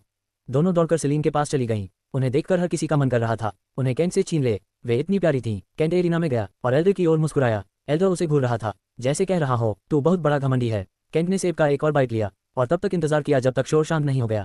फिर उसने गेट मास्टर की ओर देखा। सॉरी, मैं लेट हो गया, ट्रेनिंग कर रहा था, समय का ध्यान नहीं रहा। गेट मास्टर ने कोई जवाब नहीं दिया। उसने एल्डर की ओर देखा और वह समझ गया अब क्या करना है। चैलेंजर केंट, क्या तुम कुछ कहना चाहोगे, क्योंकि आज शायद तुम्हारा आखिरी दिन हो। उसकी आवाज में साफ मजाक था। केंट ने गहरी सांस ली और चारों ओर देखा, फिर बोला, सबसे पहले मुझे डिसाइपल केंट कहना चाहिए, क्योंकि मैं स्वॉर्ड सेंटेस का डिसाइपल हूँ और तुम में से कोई भी यह नहीं बन पाया। उसकी बात सुनते ही हजारों किलिंग इंटेंट्स उसकी ओर मुड़ गए, लेकिन केंट ने परवाह नहीं की। वह आगे बोला, मैं तुम्हें दोष नहीं देता, मैं वही घमंडी इंसान हूँ जो खुद मौत को बुला रहा है। लेकिन सच्चाई यह है, तलवार के रास्ते में मेरे बराबर कोई नहीं है। भीड़ और गुस्से में आ गई। केंट रुका नहीं। मैं तुम्हें कम नहीं समझ रहा, बस मुझे नहीं लगता कि तुम में से कोई जीत पाएगा। तुम इसे ब्लफ समझ सकते हो, जल्द ही सच्चाई पता चल जाएगी। असल में केंट एक क्वेस्ट पूरा कर रहा था जो उसे अभी अभी मिला था। वह गेट मास्टर की ओर मुड़ा और बोला, आज यहाँ क्या होगा? मैं केंट मैथसन 10 घंटे के अंदर तुम्हारे सभी तलवारबाजों को हरा दूंगा और बिना किसी ब्रेक के। और हाँ, मैं तलवार भी नहीं निकालूंगा, क्योंकि तुम्हें हराना ही काफी है। मैं किसी को कम नहीं समझता, मैं बस काम पूरा करता हूँ। उसके शब्द खत्म होते ही गेट मास्टर की ओर से भयानक किलिंग इंटेंट आया। केंट मुस्कुरा दिया। उसका क्वेस्ट पूरा हो चुका था। Quest complete, enrage the gate master. उसे रिवॉर्ड मिल गया, लेकिन कीमत भी चुकानी पड़ी। अब हर कोई उससे नफरत करता था। गेट मास्टर, नेओमी, सब, सिर्फ सेलीन ही मुस्कुरा रही थी। उसे भरोसा था केंट कुछ सोचकर ही कर रहा है। केंट ने एल्डर की ओर देखा। सॉरी सीनियर, लेकिन मुझे उन्हें चेतावनी देनी थी। अब शुरू करें। फिर उसने एक डार्क गोल्ड मास्क पहना। जैसे ही उसने मास्क पहना, वह और भी खतरनाक और कूल लगने लगा। उसने अपनी तलवार म्यान में पकड़ी और खड़ा हो गया। एल्डर ने कुछ पल उसे देखा, फिर पहले ओपोनेंट को बुलाया। एक युवा तलवारबाज, लेवल 4 रूट सेंट, 2 तलवारों के साथ। उसकी आंखों में सिर्फ एक ही चीज थी, केंट का सिर काटना। केंट अपने प्रतिद्वंदी लियम के सामने खड़ा था। लियम के हाथ में 2 छोटी तलवारें थीं। उसकी आंखों में गुस्सा साफ दिख रहा था। वह पहले ही वार में केंट को खत्म करना चाहता था, लेकिन एल्डर के संकेत का इंतजार कर रहा था। एल्डर ने ठंडी आवाज में कहा, मौत स्थायी नहीं है, लेकिन दर्द असली होता है, इसलिए चिंता मत करो। उसकी नजरों में केंट के लिए दया थी। केंट ने हल्का सा हंसते हुए अपनी बाहें सीने पर बांध लीं, जैसे उसे कुछ फर्क ही नहीं पड़ता। उसकी एन्चांटेड आंखें साफ बता रही थीं, लियम उसके लिए बस एक शिकार है। वह आंखें बंद करके भी उसे हरा सकता है। तैयार हो तो शुरू करो। जैसे ही एल्डर ने कहा, लियम बिजली की तरह आगे बढ़ा। उसकी एक तलवार केंट के सीने की ओर गई, दूसरी गर्दन की ओर, तेज, सटीक, लेकिन बस इतना ही। केंट ने हल्की सी बॉडी मूवमेंट से दोनों हमलों को ऐसे टाल दिया जैसे कुछ हुआ ही नहीं, और उसकी बाहें अब भी सीने पर थीं। लियम ने फिर हमला किया, इस बार और तेज, लेकिन केंट बस पीछे हटा और आराम से साइड में चलने लगा। उसकी चाल कैजुअल थी, लेकिन स्पीड असाधारण। केंट हंसते हुए बोला, थोड़ी ताकत लगाओ अगर मुझे छूना है तो। अब वह लियम से 2 मीटर दूर खड़ा था। लियम चिड़ा नहीं, लेकिन उसका अहंकार उसे पीछे हटने नहीं दे रहा था। वह लगातार वार करता रहा, स्टैब, स्लैश, जब, लेकिन केंट हर वार से ऐसे बच रहा था जैसे ये कोई खेल हो। 50 सेकंड बीत गए और केंट अब भी आंखें बंद करके हर अटैक से बच रहा था। भीड़ गुस्से से भर गई। ये बहुत घमंडी है, लेकिन उसके पास ताकत भी थी। अब केंट ने सोचा, बस बहुत हुआ, अब दर्द आएगा। उसने कहा, लियम के वार को साइड स्टेप किया और अगले ही पल उसका पैर गेंद की तरह घूमकर लियम की पसलियों पर लगा। धड़ाम, हड्डियां टूट गईं। लियम हवा में उड़ गया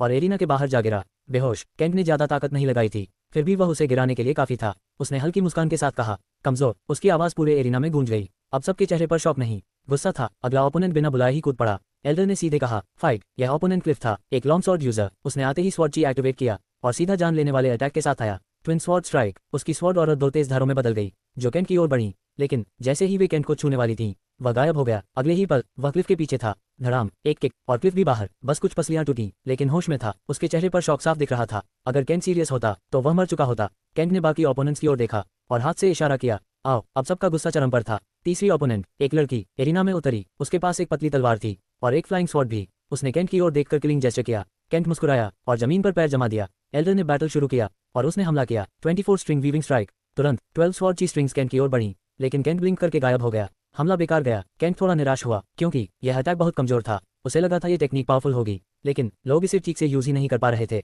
अब केंट ने सोचा उन्हें असली ताकत दिखानी चाहिए। उसने अपनी तलवार की म्यान को पकड़ा और आर्म्स फैलाए। वह तलवार निकाल भी नहीं रहा था। एरन ने फिर अटैक किया, लेकिन केंट ने म्यान से ही उसकी फ्लाइंग स्वॉर्ड को हटा दिया। चटाक, तलवार 2 टुकड़ों में टूट गई। एरन चौंक गई। तभी केंट बोला, मैं तुम सबसे बेहतर हूँ, तो क्यों न तुम्हें असली रूप दिखाऊं।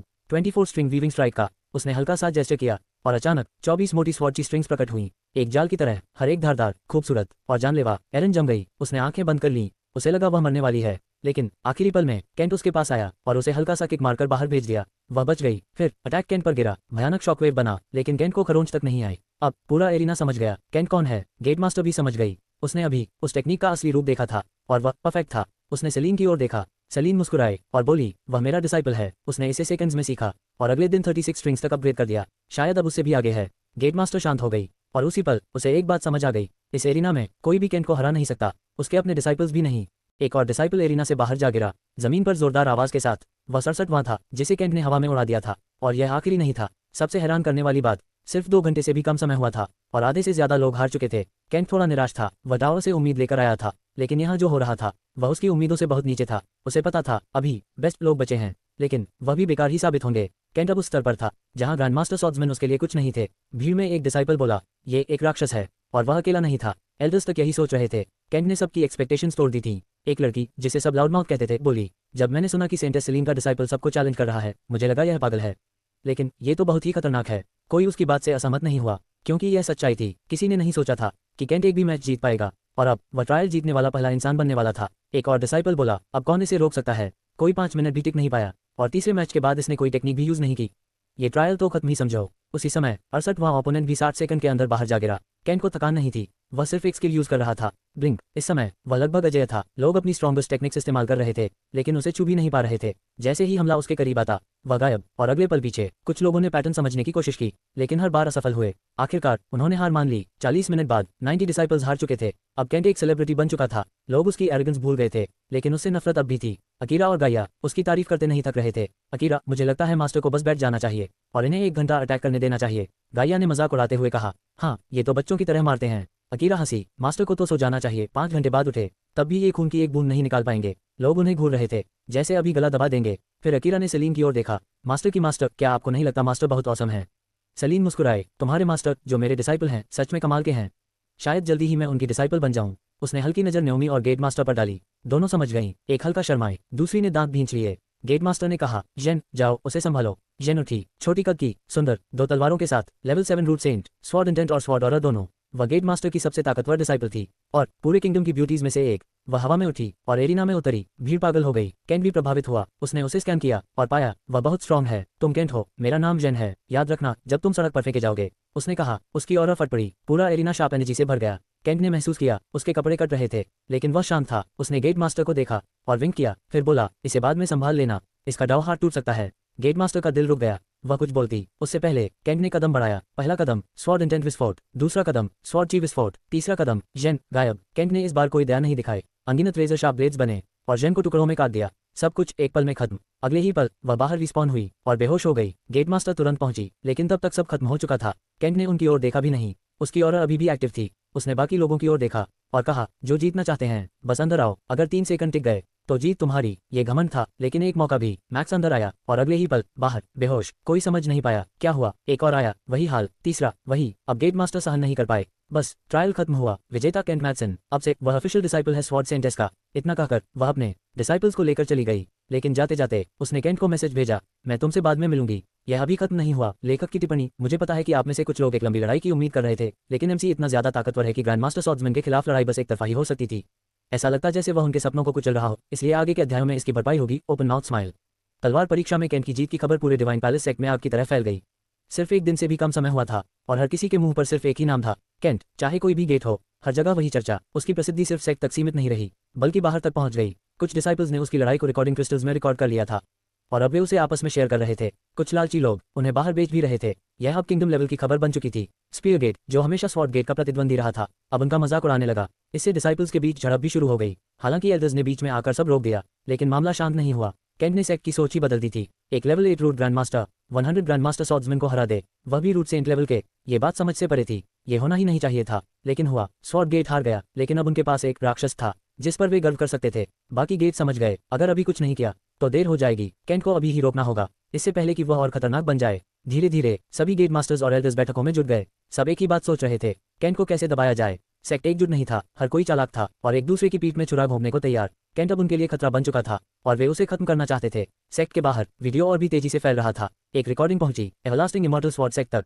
ये पूरे अल्थियर किंगडम का नंबर 1 स्वॉर्ड सेक्ट था। एक सफेद दाढ़ी वाला व्यक्ति बोला, तुम सबने वीडियो देख लिया होगा। वह था सेक्ट मास्टर क्लाइड। उसने कहा, उसे स्वॉर्ड गेट का राक्षस कहा जा रहा है। सेसिल नाम की महिला बोली, ये हमारे लिए अच्छा नहीं है। उसने तलवार निकाले बिना इतना कर दिया और 24 स्ट्रिंग वीविंग स्ट्राइक को पूरी तरह परफेक्ट एग्जीक्यूट किया। ये बच्चा खतरनाक है। जॉर्ज बोला, अगर यह ऐसे ही बढ़ता रहा तो अगला किंगडम जीनियस कंपटीशन हम नहीं जीत पाएंगे। बाई ने कहा, अभी यह हमारे कोर डिसाइपल से नीचे है, लेकिन कुछ साल बाद हमसे भी आगे निकल जाएगा। कमरे में सन्नाटा छा गया। सबके मन में एक ही डर था, वे हार नहीं सकते थे। वे सबसे शक्तिशाली सेक्ट थे, लेकिन केंट ने उनकी नींव हिला दी थी। क्लाइड ने कहा, हमारे पास सिर्फ 2 रास्ते हैं, या तो उसे अपने साथ मिला लो या उसे चुपचाप खत्म कर दो। तीनों एल्डर्स एक दूसरे को देखने लगे। तो क्या करें? सेसिल ने पूछा। क्लाइड बोला, हम स्वॉर्ड सेंट एस्वेल को भेजेंगे। वह सेलिन की राइवल है, वह जाकर खुद फैसला करेगी। बाकी सेक्ट्स भी चुप नहीं बैठेंगे। सबने सहमति दी। बैठक खत्म हो गई। केंट को अभी पता नहीं था कि वह अब सबकी नजरों में आ चुका है। इस दुनिया में नाम और शक्ति ही सब कुछ है। अब लोग उसे पाने की कोशिश करेंगे या दबाने की। अगर वह झुका नहीं तो उसे मारने की कोशिश करेंगे। राज्य, परिवार, सेक्ट्स सब उसे चाहेंगे, लेकिन जो उन्हें नहीं पता वह ये है कि जिसे वे पकड़ना चाहते हैं वह एक ड्रैगन है। केओस ड्रैगन, सबसे घमंडी, सबसे खतरनाक। केंट धीरे धीरे उसी दिशा में बढ़ रहा था। एक दिन वह सच में भयावह बन जाएगा, लेकिन अभी लोग उसे कम आंक रहे थे और यही उनकी सबसे बड़ी गलती थी। कुछ ही दिनों में एक और घटना होने वाली थी। अंकल ड्रू ने अपने सबसे भरोसेमंद आदमी को एक मिशन दिया था, नाइट राइडर्स के कप्तान को। यह मिशन असल में केंट का क्वेस्ट था और इसका इनाम बहुत खास था, एक मेमोरी की जिससे केंट की पुरानी यादें खुलेंगी। वही केंट जिसने पहले एक रूट सेज को मार दिया था जो उसे अपना गुलाम बनाना चाहती थी। तब कहा गया था कि उसने अपने पिछले जन्म की शक्ति जागृत कर ली थी। अब जब मेमोरी की मिलेगी वह अपनी असली ताकत का एक हिस्सा याद करेगा, एक ऐसा अतीत जिसने अमरों तक को हिला दिया था। और उस दिन दुनिया समझेगी कि केंट सिर्फ एक प्रतिभाशाली लड़का नहीं बल्कि एक जागता हुआ विनाश है। तलवार परीक्षा को 2 दिन बीत चुके थे, फिर भी पूरे सेक्ट में अभी तक उसी की चर्चा चल रही थी। लेकिन जिसके बारे में सब बात कर रहे थे वह खुद सेंट एसिलीन के मिनी मैंशन में एक पेड़ के नीचे बैठा था। केंट शांत होकर ध्यान कर रहा था। लड़ाई के बाद वह खुश नहीं था, उसे जीत मिली थी, क्वेस्ट भी पूरा हुआ था, लेकिन दिल से वह खुद को विजेता महसूस नहीं कर रहा था, क्योंकि उसकी उम्मीदें टूट गई थीं। उसे लगा था ये लड़ाई कठिन होगी, लेकिन सब कुछ बहुत आसान निकला। इतना आसान कि उसे घृणा महसूस होने लगी, जैसे कोई महान अमर अपने ही सेक्ट के कमजोर शिष्यों को देखे और निराश हो जाए। केंट की हालत भी वैसी ही थी। वह जेनेसिस पाथ पर चल रहा था, तलवार का सबसे पहला और शुद्ध मार्ग, और उस मार्ग पर चलने वाला कमजोरी सहन नहीं कर सकता। उसे चाहिए एक योग्य प्रतिद्वंदी, लेकिन यहाँ कोई भी उसके लायक नहीं था। इसलिए वह पिछले 2 दिनों से ध्यान में था, अपने मन को शांत करने के लिए। इसी दौरान गेट मास्टर एक बार उससे मिलने आई थी, लेकिन सेलिन ने उसे रोक दिया। मेरा डिसाइपल अभी व्यस्त है, उसने साफ कह दिया। गेट मास्टर नाराज हुई, लेकिन कुछ कर नहीं सकी। वह चली गई, लेकिन उसके मन में बदला बाकी था। केंट ने उसके डिसाइपल्स को बुरी तरह हरा दिया था और वह ये बात भूलने वाली नहीं थी। नेओमी और इंग्रेड लड़ाई के बाद तुरंत चली गई थी। केंट की ताकत उनके लिए समझ से बाहर थी। उन्हें समय चाहिए था। हालांकि सेलिन ने उन्हें बुलाया था और उन्होंने आने का वादा भी किया था, लेकिन 2 दिन तक वे नहीं आईं। दूसरे दिन शाम 7 बजे वे आखिरकार आईं। सेलिन ने खुशी से उनका स्वागत किया, लेकिन नेओमी ने सीधे कहा, तुम्हारा डिसाइपल कहाँ है? मुझे उससे बात करनी है। सेलिन मुस्कुराए और उसे जाने दिया। नेओमी सीधे केंट के पास पहुंची। वह अभी भी पेड़ के नीचे था, लेकिन अब आराम से लेटा हुआ सेब खा रहा था। तुम बहुत आराम में लग रहे हो, नेओमी ने कहा। केंट उठ खड़ा हुआ और मुस्कुराया। आप मास्टर की बड़ी बहन हैं। मैं केंट मैथसन हूँ। आप मुझे केंट या केनी बुला सकती हैं। नेओमी चुप रही, बस उसे घूरती रही पूरे 5 मिनट तक। फिर उसने पूछा, क्या तुमने उसे मजबूर किया? केंट ने मासूम चेहरा बनाया। मुझे समझ नहीं आया। नेओमी की आंखें ठंडी हो गईं। नाटक मत करो, मैं अपनी बहन को जानती हूँ। वह कभी किसी आदमी को खुद को नहीं देती। तो तुमने क्या किया? उसकी किलिंग इंटेंट बाहर आने लगी। और ध्यान से जवाब देना, मैं तुम्हें मारूंगी नहीं, लेकिन बहुत कुछ कर सकती हूँ। केंट मुस्कुराया। तभी गाइया की आवाज उसके दिमाग में गूंजी। लगता है एक और टाइग्रेस मिल गई। केंट ने खुद को संभाला और जवाब दिया, मैंने उसे मजबूर नहीं किया, मैंने सिर्फ अपनी इच्छा बताई और वह मना नहीं कर सकी। आखिर उसने मुझे अपना डिसाइपल चुना। शायद उसे पहले से अंदाजा था। वह सच नहीं बता रहा था, लेकिन झूठ भी नहीं था। तो ये दोनों की मर्जी थी? नेओमी ने पूछा। हाँ, हम दोनों चाहते थे और हमने किया। केंट खड़ा हुआ और गंभीर होकर बोला, अगर आप जानना चाहती हैं कि उसने मुझे क्यों चुना, तो बस इतना जान लीजिए, मैं उसे खुश रखूंगा हर हाल में। अब यह आप पर है, आप उसे खुश रहने देंगी या मुझे सजा देकर उसे दुखी करेंगी? नेओमी चुप रही। वह उसके शब्दों को परख रही थी। क्या वह सच बोल रहा है या सिर्फ अच्छा झूठा है? फिर उसने दूसरा सवाल किया, मेरी डिसाइपल के बारे में क्या इरादा है? मुझे पता है तुम उससे जुड़े हो। केंट हल्का हंसा। उसने अपनी आंखों से कुछ देखा और अब वह उसे महसूस करना चाहती है। नेओमी तुरंत चुप हो गई। उसकी आंखें बदल गईं, क्योंकि केंट ने एक राज बोल दिया था। इंग्रिड की वॉइड आइज। ये राज सिर्फ नेओमी जानती थी। तुम्हें कैसे पता? उसने भला निकालकर केंट की ओर तान दिया। केंट हंस पड़ा और सेब का एक और टुकड़ा खाया। क्योंकि मेरी आंखें भी कुछ वैसी ही हैं। इसलिए मैं जानता हूँ, और यह भी कि तुम सिर्फ दिखावा कर रही हो। वह मुस्कुराया, जैसे उसे कोई डर ही न हो। सेंटेस नेओमी कुछ मिनटों तक केंट को देखती रही, फिर उसने अपना भाला नीचे कर दिया और वापस रख लिया। उसने एक गहरी सांस ली और उसकी आंखों में देखते हुए बोली, तुम उसकी आंखों के बारे में किसी को नहीं बता सकते। ये दुनिया खतरनाक है। अगर लोगों को पता चल गया कि उसके पास वॉइड आइज हैं, तो राजा तक उसे निशाना बनाएंगे। केंट को वेक्सटर ने पहले ही बताया था कि सेनॉक्स एक सामान्य दुनिया नहीं है, लेकिन उसने कभी विस्तार से नहीं बताया कि यह अलग क्यों है। अब केंट धीरे धीरे समझने लगा था, अगर आपको बुरा न लगे तो लोग उसे निशाना क्यों बनाएंगे। वह एक और डिसाइपल है, क्या सेक्ट उसकी रक्षा नहीं करेगा? केंट ने पूछा। नेओमी ने उसकी ओर देखा और गंभीर होकर बोली, तुम्हें शायद कुछ चेतावनी दी गई थी, लेकिन साफ है कि तुम्हें सब नहीं बताया गया। तो ध्यान से सुनो, इस दुनिया में, खासकर इस सेक्ट में, तुम किसी पर भरोसा नहीं कर सकते, और तुम इस समय बहुत बड़ी मुसीबत में हो। केंट चुप रहा। नेओमी आगे बोली, तुमने जो ताकत दिखाई है वह हर तरह का ध्यान खींचेगी। कुछ लोग अच्छे इरादे से आएंगे, लेकिन उन पर भरोसा मत करना। हर कोई किसी न किसी तरह तुम्हारी ताकत चाहता होगा। अगर वे तुम्हें पा गए तो तुम्हारा अंत हो जाएगा, यहाँ तक कि सेक्ट भी तुम्हें नहीं बचा पाएगा। उसकी आवाज़ ठंडी हो गई। और सुनो, इस सेक्ट में ही कुछ लोग तुम्हें ऊपर उठते नहीं देखना चाहते, वे तुम्हें नीचे गिरा देंगे। ये दुनिया ताकत पर चलती है, जिसके पास ज्यादा शक्ति उसी का राज, और तुम जैसे वाइल्ड कार्ड सबके लिए खतरा हो। अब से तुम सिर्फ साजिशें देखोगे, लोग तुम्हें खत्म करना चाहेंगे। केंट शांत रहा, लेकिन उसके अंदर सब कुछ समझ आ रहा था। और वॉइड आइज, नेओमी ने कहा, वे बहुत खास हैं, इसलिए मेरे अलावा उसके परिवार तक को नहीं पता। अब सिर्फ तुम, मैं और वह यही जानते हैं। केंट ने सिर हिलाया, मैं किसी को नहीं बताऊंगा, मैं उसे मुसीबत में नहीं डालना चाहता। नेओमी ने हल्का सा सिर हिलाया। असल में अगर केंट उसकी बहन का डिसाइपल न होता तो वह अभी तक उसका दिल भेद चुकी होती। केंट के दिमाग में वॉइड आइज की जानकारी घूम रही थी। वॉइडलिंग्स एक प्राचीन जाति जो सिर्फ मन की शक्ति को विकसित करती थी। उनकी आंखें उनकी सबसे बड़ी ताकत थीं। वे दिमाग से हमला करते थे और लगभग अमर थे। अगर इंग्रिड अपनी शक्ति बढ़ा ले तो वह अकेले एक सेना को खत्म कर सकती है। केंट ने मन ही मन सोचा, काश मुझे भी ये आंखें मिल पाती। तभी अचानक एक संदेश सामने आया, तुम्हें यूनिवर्स क्वेस्ट पूल से एक क्वेस्ट मिला है। क्वेस्ट नेम, पहले उसका भरोसा जीतो, फिर उसका दिल 18 जोड़। Quest type, chain. डिफिकल्टी, तुम्हारी क्षमता पर निर्भर। First chain quest, spear saintess Naomi से दोस्ती करो। Friendship meter 0/100%। Rewards 300,000 tower points. एल्से के लिए soul technique, one time summoning talisman. केंट एक पल के लिए चौंक गया, लेकिन उसने खुद को संभाल लिया। यह मौका था और वह इसे खोने वाला नहीं था। उसने मुस्कुराते हुए नेओमी से पूछा, आप अपनी डिसाइपल की बहुत परवाह करती हैं, उसके बारे में थोड़ा और बताएंगी? नेओमी ने भान उठाए, क्यों? ताकि तुम उसके करीब जा सको। केंट मुस्कुराया और बिना झिझक बोला, आपने सही पकड़ा, तो बताएंगी कैसे? और अगले ही पल एक नई कहानी शुरू हुई, एक दोस्ती जो आगे चलकर सब कुछ बदलने वाली थी, और जिसकी शुरुआत हुई केंट की पिटाई से। जब केंट को अनचांटेड आइज मिले थे, तब वह उनकी मदद से लोगों, वस्तुओं और स्थानों के आंकड़े, खतरे का स्तर और कुछ खास जानकारी देख सकता था। ये क्षमता उसे एन्चांट्रेस बुक को अवशोषित करने के कारण मिली थी, लेकिन जैसे जैसे उसकी आत्मा की शक्ति बढ़ी और उसे अपनी प्रेमिकाओं से बड़े बड़े बूस्ट मिलने लगे, वह दुनिया के नए पहलुओं को समझने लगा। उनमें से एक था इंटेंट, इरादा देखने की क्षमता। अब केंट किसी के इरादे को प्रतिशत के रूप में देख सकता था। शुरू में उसे यह समझ नहीं आया, लेकिन लड़ाइयों के दौरान उसने इसका पैटर्न समझ लिया। 0% से 30% तक सामान्य, 30% से 50% खतरा, 50% से ऊपर मारने का इरादा। इसी वजह से केंट समझ गया था कि जब सेंटेस नेओमी ने भला निकाला था, तब वह उसे मारने वाली नहीं थी। उसका इंटेंट मीटर कम था, लेकिन जैसे ही उसने उसकी डिसाइपल के बारे में अपनी नीयत बताई, मीटर 52% पर पहुंच गया। और नतीजा, कुछ मिनटों की बेरहम पिटाई और कई टूटी हड्डियां। कुछ देर पहले सेंटेस, सेलीन और इंग्रिड केंट के बारे में बात कर रही थी। सेलीन उसे बता रही थी कि वह केंट से कैसे मिली और उनके बीच का रिश्ता भी। इंग्रिड पहले चौंकी, फिर शांत हो गई, लेकिन उसकी जिज्ञासा बढ़ गई और उसने कई सवाल पूछने शुरू कर दिए।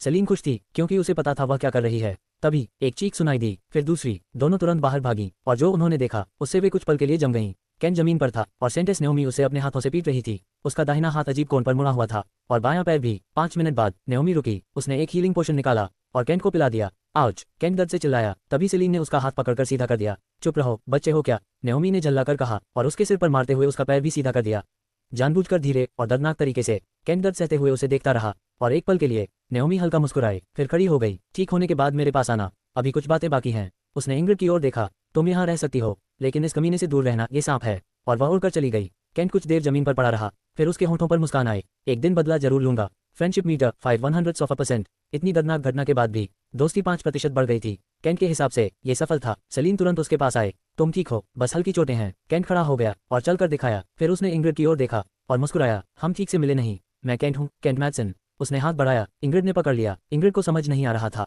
कैसे व्यवहार करे। वह उसे पहले एक शर्मनाक स्थिति में देख चुकी थी, अब वह सामने था। तुम्हारी मास्टर खतरनाक है, केंट बोला। मुझे नहीं पता उसने तुम्हें क्यों पीटा, इंग्रिड बोली, लेकिन मेरी मास्टर शांत रहती हैं। केंट हंसा, अपनी डिसाइपल के करीब जाने की सलाह मांगोगे तो कोई भी नाराज हो जाएगा। इंग्रिड जम गई। केंट मुस्कुराया, सेलीन के पास गया और उसे चूम लिया, फिर इंग्रिड की ओर मुड़ा। कुछ दिन यहाँ रहो, मैं ठीक होकर तुमसे बात करूंगा। उसने उसकी कमर पकड़ी, हल्का स्पर्श, और चला गया। वह कमरे में गया और तुरंत टावर में चला गया। अल्केमी टावर में वह जहर से भरे स्नान में बैठ गया और अभ्यास करते करते सो गया। बाहर इंग्रिड अभी भी स्तब्ध थी। सेलीन उसे ले गई, वह इतना बेशर्म है, इंग्रिड बोली। सेलीन हंसी, अगर उसने अपनी मास्टर को अपना बना लिया तो सोचो वह क्या कर सकता है। फिर उसने एक तलवार तकनीक निकाली, हेवन ग्रेड। इंग्रिड की आंखें चमक उठीं। हाँ, सलीम मुस्कुराए, ये उसने मुझे दिए जब वह मुझे हासिल करने की कोशिश कर रहा था। चिंता मत करो, तुम्हारे लिए भी दिलवाऊंगी। सलीम बोली, वह बहुत अमीर है, बस मना मत करना। इंग्रिड चुप हो गई और सोच में डूब गई। सेंटेस सलीम अब पूरी तरह बदल चुकी थी और केंट उस बदलाव की वजह था।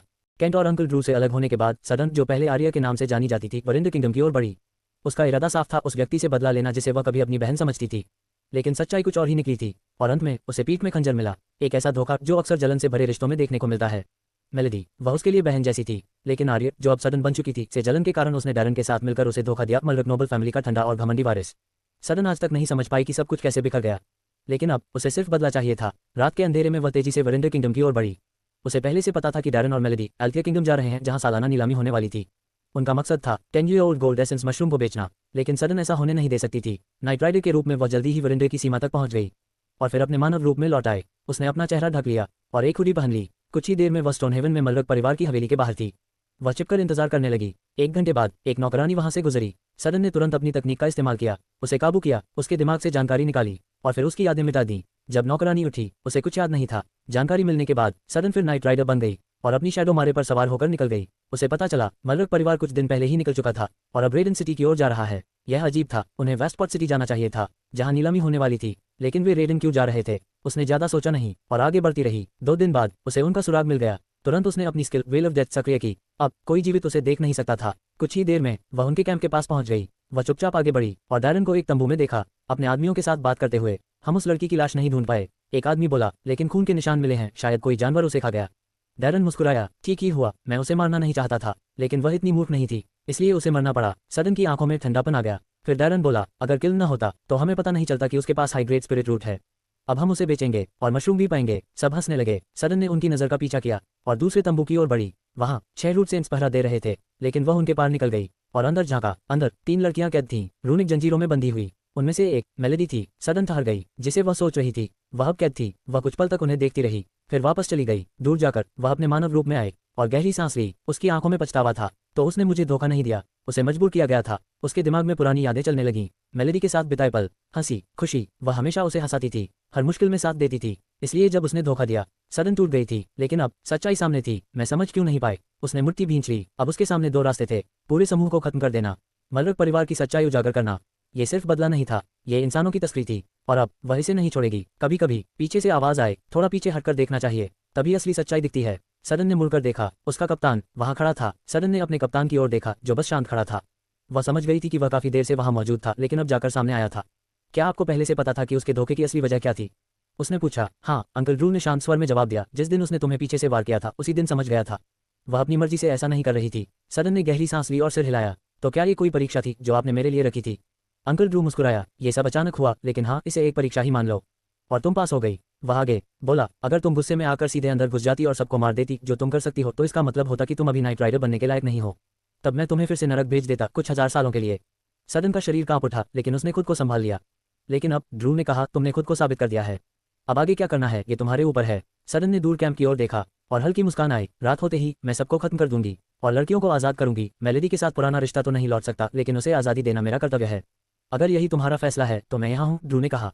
कुछ घंटों बाद चांद आसमान में चमक उठा। रात आ चुकी थी। सडन ने अपना नाइट राइडर रूप धारण किया। इस बार उसके हाथ में लंबा धनुष नहीं, बल्कि एक क्रॉसबो था। वह अंधेरे में ऐसे घुल गई जैसे उसका अस्तित्व ही खत्म हो गया हो। सबसे पहले वह डैरन के 4 सहायकों के तंबू में पहुंची। वे शराब पी रहे थे। अचानक ठंडी हत्या की भावना पूरे तंबू में फैल गई। वे चौकन्ने हो गए, लेकिन देर हो चुकी थी। 4 तीर नरक की आग से बने उनकी आत्मा को जला गए। एक ही पल में पक्का करने के लिए उसने साधारण तीर उनके सिर में मारे और आगे बढ़ गई। अब डैरन की बारी थी। तंबू के पास पहुंचते ही उसे अंदर से अजीब आवाजें सुनाई दी। वह अंदर झांकी और जो देखा उससे उसके चेहरे पर घृणा आ गई। बिना सोचे उसने तीर छोड़ा। तीर डैरन के हाथ को चीरता हुआ सीधा उसके निचले हिस्से में जा घुसा। आह! उसकी दर्द भरी चीख रात में गूंज उठी। इस आवाज को सुनकर 6 रूट सेंट्स में से 4 उसकी ओर दौड़े। सडन पहले से तैयार थी। जैसे ही वे पास आए, वह सामने आए और 4 तीर छोड़े। उनके शरीर जल उठे और वे वहीं मर गए। अब बाकी 2 भी ज्यादा देर नहीं टिके। कुछ ही पल में वे भी खत्म हो गए। अब कैंप में कोई ताकतवर नहीं बचा था। सडन वापस डैरन के पास गई। वह दर्द से तड़प रहा था, आंसू बहा रहा था। तू तो मर गई थी, उसने कांपते हुए कहा। सडन ने जवाब नहीं दिया, बस एक तीर उसके पैर में मार दिया।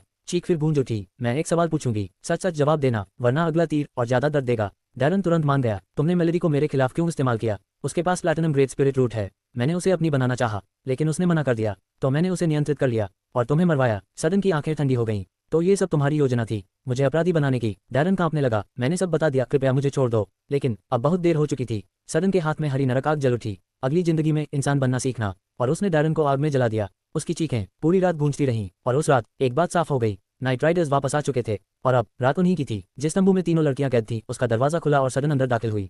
वह अपने मानव रूप में थी, आर्य। जैसे ही मेलेडी ने उसे देखा, उसकी आंखों से आंसू बहने लगे। उसने तुरंत उसका नाम पुकारा, लेकिन अपराधबोध के कारण अपना चेहरा मोड़ लिया। उसने सच में अपनी ही बहन जैसी दोस्त को मार दिया था, और यह अपराधबोध अब हमेशा उसके साथ रहने वाला था। सब ठीक है मेलेडी, सडन ने शांत आवाज में कहा और उसकी जंजीरें खोल दी। उसने बाकी 2 लड़कियों को भी आजाद किया। वे एक दूसरे से लिपट कर रोने लगीं। सडन ने मेलेडी की ओर देखा। रोना बंद करो, मुझे पता था तुम अपने होश में नहीं थी। और देखो, मैं अभी भी जिंदा हूँ। इसका मतलब तुमने कुछ गलत नहीं किया। वह जानती थी, अगर मेलेडी इस अपराधबोध के साथ जीती रही तो एक दिन यह उसे तोड़ देगा। मेलेडी रोते हुए बोली, मुझे माफ कर दो आर्य, मैं जो कर चुकी हूँ उसे बदल नहीं सकती। सडन ने उसे गले लगा लिया। तुम मेरी बहन हो, हमेशा रहोगी। कुछ देर बाद मेलेडी शांत हो गई। अब सडन ने बाकी 2 लड़कियों की ओर देखा। तुम कहाँ जाना चाहती हो? उनमें से एक आगे आए। हमारे पास जाने के लिए कोई जगह नहीं है। हम ग्रीन फ्लावर मर्सनरी ग्रुप से हैं। मलरक परिवार ने सबको मार दिया, हमें सिर्फ हमारे स्पिरिट रूट के कारण जिंदा रखा। उसका नाम कलिक्स था और दूसरी लड़की ऑनिक्स। कलिक्स चालाक थी, वह समझ गई थी कि सडन उन्हें भेज सकती है, लेकिन वह फिर किसी के हाथों नहीं पड़ना चाहती थी। सडन ने तीनों को देखा और गहरी सोच में पड़ गई। अगर वह उन्हें छोड़ देती तो वे फिर खतरे में पड़ सकती थी, लेकिन वह उन्हें अपने साथ भी नहीं ले जा सकती थी। तभी उसके दिमाग में अंकल ड्रू की आवाज गूंजी, मार्क ऑफ द नाइट का इस्तेमाल करो। सडन ने सोचा, उसके पास सिर्फ 7 स्लॉट थे, 3 अभी इस्तेमाल करना क्या सही होगा? लेकिन जवाब साफ था, हमारा मास्टर सब बदल देगा। सडन ने फैसला कर लिया। हर नाइट राइडर के पास 7 स्लॉट होते हैं, जिनसे वे नाइट फीन्स को बुला सकते हैं या लोगों को शैडो फीन्स बना सकते हैं। और एक खास जगह होती है, प्लेन्स ऑफ द नाइट, एक ऐसी दुनिया जहां सिर्फ नाइट राइडर्स ही जा सकते हैं, जहां लोग सुरक्षित रह सकते हैं और मजबूत बन सकते हैं। मेरे पास एक तरीका है, सडन ने कहा। तुम सब इस दुनिया से दूर जा सकती हो, लेकिन तुम्हें मुझ पर भरोसा करना होगा। तीनों ने एक दूसरे को देखा और सिर हिला दिया। सडन ने उन्हें सब समझाया, प्लेन्स ऑफ द नाइट के बारे में, उसकी सुरक्षा, उसके खतरे, और बिना एक पल गंवाए तीनों मान गईं। सडन अपने नाइट राइडर रूप में बदल गई। तीनों थोड़ी घबराईं, लेकिन जल्दी ही शांत हो गईं। उसने उन्हें मार्क ऑफ द नाइट दिया। मैं तुम्हें अभी भेज रही हूँ, जल्द ही मिलने आऊंगी। फिर उसने हाथ घुमाया और रात से बना एक पोर्टल खुल गया। तीनों उसमें चली गईं। अगले ही पल वे एक खूबसूरत दुनिया में थीं। हरे भरे मैदान, शांत वातावरण, प्लेन्स ऑफ द नाइट, एक ऐसी जगह जहां वे नई जिंदगी शुरू कर सकती थीं। सडन को पता नहीं था, लेकिन ये जगह भविष्य में सब कुछ बदल देगी। पोर्टल बंद हुआ और वह अपने कप्तान के पास लौटी। मास्टर ने हमें एक मिशन दिया है। और दोनों तुरंत निकल पड़े अपने अगले लक्ष्य की ओर। तुरंत मिला परिवार का वारिस, सबसे सुरक्षित लोगों में से एक, और अब उसका अपहरण होने वाला था। कैंट को टॉवर में गए हुए बाहर की दुनिया में 10 घंटे हो चुके थे, लेकिन टॉवर के अंदर पूरे 10 दिन बीत चुके थे। शरीर को पूरी तरह से मजबूत करने के बाद वह इस समय हारिम टावर में बैठा स्ट्रॉबेरी खा रहा था। अकीरा और गाया भी वहीं थी, अपनी चेतना का एक हिस्सा लेकर। कुछ देर टहलने के बाद कैंट अल्केमी टावर में गया और एक दिन तक ध्यान में बैठा रहा। तभी गाया ने पूछा, मास्टर, आपको 5वां स्वॉर्ड पाथ मिल गया है, क्या आप इसके लिए भी जेनेसिस पाथ की तरह अलग स्पेस बनाना चाहते हैं? कैंट को समझ आ गया कि गाया कुछ प्लान कर रही है, लेकिन उसे ये भी पता था कि जो भी वह करेगी वह उसके काम का ही होगा। उसने तुरंत जवाब नहीं दिया। पहले उसने हेवन असेंडेंस स्वॉर्ड पाथ की मैनुअल निकाली और कुछ पन्ने पढ़ते ही समझ गया कि यह उसके पाथ से अलग है। गाया ने समझाया, ये 5वां स्वॉर्ड पाथ है, यह बाकी पाथ से अलग होगा। आपका पाथ सबसे अलग है क्योंकि वही पहला असली पाथ है जिससे बाकी पाथ्स बने हैं। कैंट ने सिर हिलाया और पूछा, क्या ये पाथ भी तलवार के शिखर तक ले जा सकता है? गाया बोली, हाँ, ये बहुत शक्तिशाली पाथ है। अगर आपकी मास्टर इसे सही से चलती है तो वह बेहद खतरनाक तलवारबाज बन जाएगी। उसके पास लाइटनिंग एलिमेंट है जो इस पाथ के लिए जरूरी है। कैंट ने सिर हिलाया और फिर ट्रू नेम टोकन निकाला जो उसे क्वेस्ट से मिला था। उसके पास 1 मिलियन टावर पॉइंट्स भी थे जिन्हें वह आगे इस्तेमाल करने वाला था। स्पीयर सेंटेस से बात करने के बाद उसे समझ आ गया था कि अब उसे सावधान रहना होगा। वह किसी भी ताकतवर इंसान के जाल में नहीं फंसना चाहता था। उसने सोचा कि वह यूनिटी को ट्रू नेम देगा क्योंकि उसे लगता था कि उसी की टैलेंट सबसे कम है। फिर उसने अकीरा से कहा, टावर स्टोर में जाकर ऐसे ट्रेजर्स ढूंढो जो मुझसे ऊपर के लोगों के खिलाफ भी काम आए। अकीरा तुरंत काम पर लग गई। कैंट ने गाया से कहा, चलो इस नए स्वॉर्ड पाथ के लिए जगह बनाते हैं। गाया ने उंगलियों पर हिसाब लगाया और बोली, 400,000 टावर पॉइंट्स लगेंगे, मैं इसे सबसे परफेक्ट बनाऊंगी। कैंट ने बिना ज्यादा सोचे कहा, ठीक है, शुरू करो। तुरंत ही उसका स्वॉर्ड टावर से कनेक्शन कट गया, लेकिन उसने घबराने के बजाय ध्यान करना जारी रखा। 3 दिन तक वह लगातार ध्यान करता रहा। चौथे दिन उसे महसूस हुआ कि उसका कनेक्शन वापस जुड़ गया है। जब वह स्वॉर्ड टावर पहुंचा तो उसे साफ महसूस हुआ कि कुछ नया जुड़ गया है। गाया ने बताया, मैंने एक पॉकेट डायमेंशन बनाया है, ये हेवन असेंडेंस स्वॉर्ड पाथ के लिए अलग ट्रेनिंग स्पेस है, उस पोर्टल से अंदर जा सकते हो। कैंट पोर्टल के सामने रुका और अंदर से आ रही तेज लाइटनिंग एनर्जी को महसूस किया। गाया बोली, ये तलवार का पाथ है, तुम्हें अंदर नहीं जाना चाहिए क्योंकि तुम ये पाथ नहीं चल रहे हो, लेकिन टावर मास्टर होने के कारण तुम अंदर जा सकते हो। कैंट अंदर गया और तुरंत उसका शरीर से हर उठा। पूरा स्थान बिजली से भरा हुआ था, हर तरफ लाइटनिंग ही लाइटनिंग थी। गाया ने हाथ हिलाया और अचानक बिजली हट गई। अब कैंट को बीच में एक विशाल तलवार दिखाई दी जिसके चारों ओर बिजली चमक रही थी। गाया ने कहा, तुम्हारी मास्टर को अपनी फाउंडेशन फिर से बनानी होगी, उसे शुरुआत से सीखना होगा, लेकिन वह पहले से स्वॉर्ड सेंट है इसलिए उसे ज्यादा समय नहीं लगेगा। ये हेवन असेंडेंस फाउंडेशन स्वॉर्ड है, इस पर जो मार्किंग्स हैं उन्हें समझकर उसे अभ्यास करना होगा। कैंट मुस्कुराया, टॉवर के टाइम डिफरेंस के साथ वह 1 महीने में सब पूरा कर सकती है। गाया ने सिर हिलाया, और जब वह फाउंडेशन पूरा कर लेगी तो अगला पाथ खुद खुल जाएगा। कैंट ने चारों ओर देखा, वहां सिर्फ तलवार और एक स्टोन प्लेटफॉर्म था जहां बैठकर साधना करनी थी। उसने ज्यादा छेड़छाड़ नहीं की। धन्यवाद गाइया, ये बहुत अच्छा है। गाइया मुस्कुराई, ये सब आपके प्रयास का नतीजा है। केंट वापस बाहर आ गया। वह अपनी मास्टर को यहाँ भेजेगा ताकि वह इस बात को सीख सके। फिर उसने गाइया से पूछा, क्या दूसरे वेपन्स और प्रोफेशंस के भी पाथ्स होते हैं, और क्या एक ही पाथ को कई लोग चल सकते हैं? गाइया ने जवाब दिया, हर चीज़ का पाथ होता है, लेकिन उन्हें पाना आसान नहीं है। स्वॉर्ड पाथ्स में 21 प्राइमोडियल पाथ्स हैं, तुम्हारा और यह 5वां उन्हीं में से है। इसके अलावा प्रिमिटिव पाथ्स भी होते हैं जो कम शक्तिशाली होते हैं। प्रिमिटिव पाथ को कई लोग चल सकते हैं, लेकिन प्राइमोडियल पाथ पर सिर्फ एक ही व्यक्ति चल सकता है। अगर तुम्हें कोई और खास स्वॉर्ड यूजर मिल जाए तो हो सकता है तुम्हें एक और पाथ मिल जाए।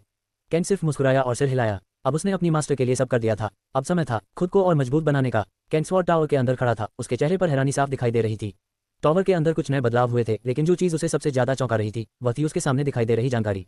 उसे स्वॉर्ड सेंट बनने के लिए जो रिक्वायरमेंट्स मिली थीं वे बिल्कुल आसान नहीं थीं। सिर्फ 3 शर्तें थीं, लेकिन हर एक शर्त बेहद कठिन थी। केंट के मन में सवाल आया, क्या हर किसी के लिए स्वॉर्ड सेंट बनना इतना मुश्किल होता है? जवाब था नहीं। दूसरे लोग कई सालों में यह मुकाम हासिल करते हैं, लेकिन केंट का रास्ता अलग था। उसका रास्ता उससे कहीं ज्यादा कठिन था, और सबसे बड़ी बात, उसके पास समय भी कम था। ग्रैंड मास्टर स्वॉर्ड्समैन बनने पर रिवॉर्ड्स। तलवार को समझने की गति 2 गुना बढ़ गई। स्वॉर्ड ची और स्वॉर्ड इंटेंट को बूस्ट मिला 5/9 मास्टरी। सभी स्वॉर्ड अटैक्स में 30% ताकत बढ़ी। पहली नज़र में ये रिवॉर्ड साधारण लग सकते थे, लेकिन असल में केंट बहुत ज्यादा ताकतवर हो चुका था। उसने 10,002 स्वॉर्ड टेक्निक्स सीख ली थी, जिससे उसकी समझ एक अलग ही स्तर पर पहुंच गई थी। अब वह सिर्फ टेक्निक्स नहीं चला रहा था, बल्कि उन्हें पूरी तरह परफेक्ट तरीके से समझ चुका था। यहाँ तक कि गेट मास्टर ने जिस टेक्निक को परफेक्ट कहा था वह भी उसे अब अधूरी लग रही थी। अब केंट के अंदर एक नई भूख पैदा हो चुकी थी, पूर्णतः परफेक्शन की। स्वॉर्ड सेंट बनने की शर्तें: 10,002 स्वॉर्ड प्लेस को सिर्फ दिमाग से मास्टर करना, कम से कम 7 एनलाइटनमेंट्स हासिल करना, स्वॉर्ड ची और स्वॉर्ड इंटेंट को प्रोफाउंड स्टेज तक ले जाना, स्वॉर्ड बॉडी को सिल्वर रैंक तक पहुंचाना, स्वॉर्ड ब्रिज पार करना, 13 स्वॉर्ड्समैन को हराना, 3 नई स्वॉर्ड टेक्निक्स की फाउंडेशन बनाना जो आगे चलकर 7 फॉर्म्स तक विकसित हो सके। समय सीमा 6 महीने बाहर की दुनिया में। अगर असफल हुए तो 10 साल तक स्वॉर्ड ची और स्वॉर्ड इंटेंट खो दोगे। ये सुनकर केंट पूरी तरह चौंक गया। गाइया, क्या ये समय टॉवर के हिसाब से गिना जाएगा? यह उसका सबसे जरूरी सवाल था। गाइया ने जवाब दिया, नहीं, बाहर के 6 महीने के बराबर तुम्हें टॉवर के अंदर लगभग 11.8 साल मिलेंगे। केंट ने राहत की सांस ली। मतलब मेरे पास 11 साल हैं। अब उसका चेहरा गंभीर हो गया। उसे पता था यह मजाक नहीं है। सबसे कठिन शर्त थी एनलाइटनमेंट। केंट ने पूछा, यह एनलाइटनमेंट क्या होता है? गाइया ने समझाया, यह हर स्वॉर्ड्समैन के लिए सबसे जरूरी चीज है। ग्रैंड मास्टर स्टेज पर पहुंचने के बाद तुम्हारी समझ इतनी गहरी हो जाती है कि तुम एनलाइटनमेंट में प्रवेश करते हो। यह एक ऐसा स्टेट है जहां तुम्हारी समझ पूरी तरह बदल जाती है। केंट ने पूछा, दूसरों को 3 चाहिए, मुझे 7 क्यों? गाइया ने कहा, कम से कम 3 जरूरी होते हैं, लेकिन कुल 13 एनलाइटनमेंट स्टेजेस होते हैं, और तुम्हारे लिए 7 तय किए गए हैं। केंट ने सिर पकड़ लिया। अब उसे एनलाइटनमेंट हासिल करना था, स्वॉर्ड ची और इंटेंट को बढ़ाना था, स्वॉर्ड बॉडी को अपग्रेड करना था। ये सब आसान नहीं था। फिर उसने दूसरा टास्क पूछा, स्वॉर्ड ब्रिज। गाइया ने बताया, तुम्हें 13 स्वॉर्ड्समैन को हराना होगा, लेकिन ध्यान रखना वे तुम्हारे लेवल के हिसाब से एडजस्ट होंगे, और टॉवर के कुछ हिडन रूल्स भी लागू होंगे। केंट हंस पड़ा, मतलब टॉवर मुझे बुरी तरह परेशान करने वाला है। वह स्वॉर्ड ब्रिज के सामने पहुंचा। यह एक विशाल तलवार जैसा पुल था, जिसमें 10,002 स्वॉर्ड टेक्निक्स की शक्ति समाई हुई थी। केंट ने उसे देखा और समझ गया, अभी इस पर कदम रखना मतलब खुद को मरवाना है। उसने फैसला किया, पहले मैं खुद को और मजबूत बनाऊंगा और डिसाइपल्स को चैलेंज करना शुरू करता हूँ। उसे नहीं पता था कि उस ब्रिज पर जो 13 स्वॉर्ड्समैन उसका इंतजार कर रहे हैं उनके पास स्वॉर्ड सेंट लेवल की मास्टरी होगी, और यही असली परीक्षा थी। केंट का रास्ता अब शुरू हुआ था, एक ऐसा रास्ता जो सिर्फ कठिन नहीं बल्कि दर्द से भरा हुआ था। नेक्स्ट पार्ट के लिए सिस्टम लिखें। आपको इस उपन्यास की कहानी कैसी लग रही है? कमेंट में जरूर बताएं। आपका हर एक लाइक और सब्सक्राइब मुझे और भी ऐसे ही शानदार उपन्यास लाने के लिए प्रेरित करता है। धन्यवाद।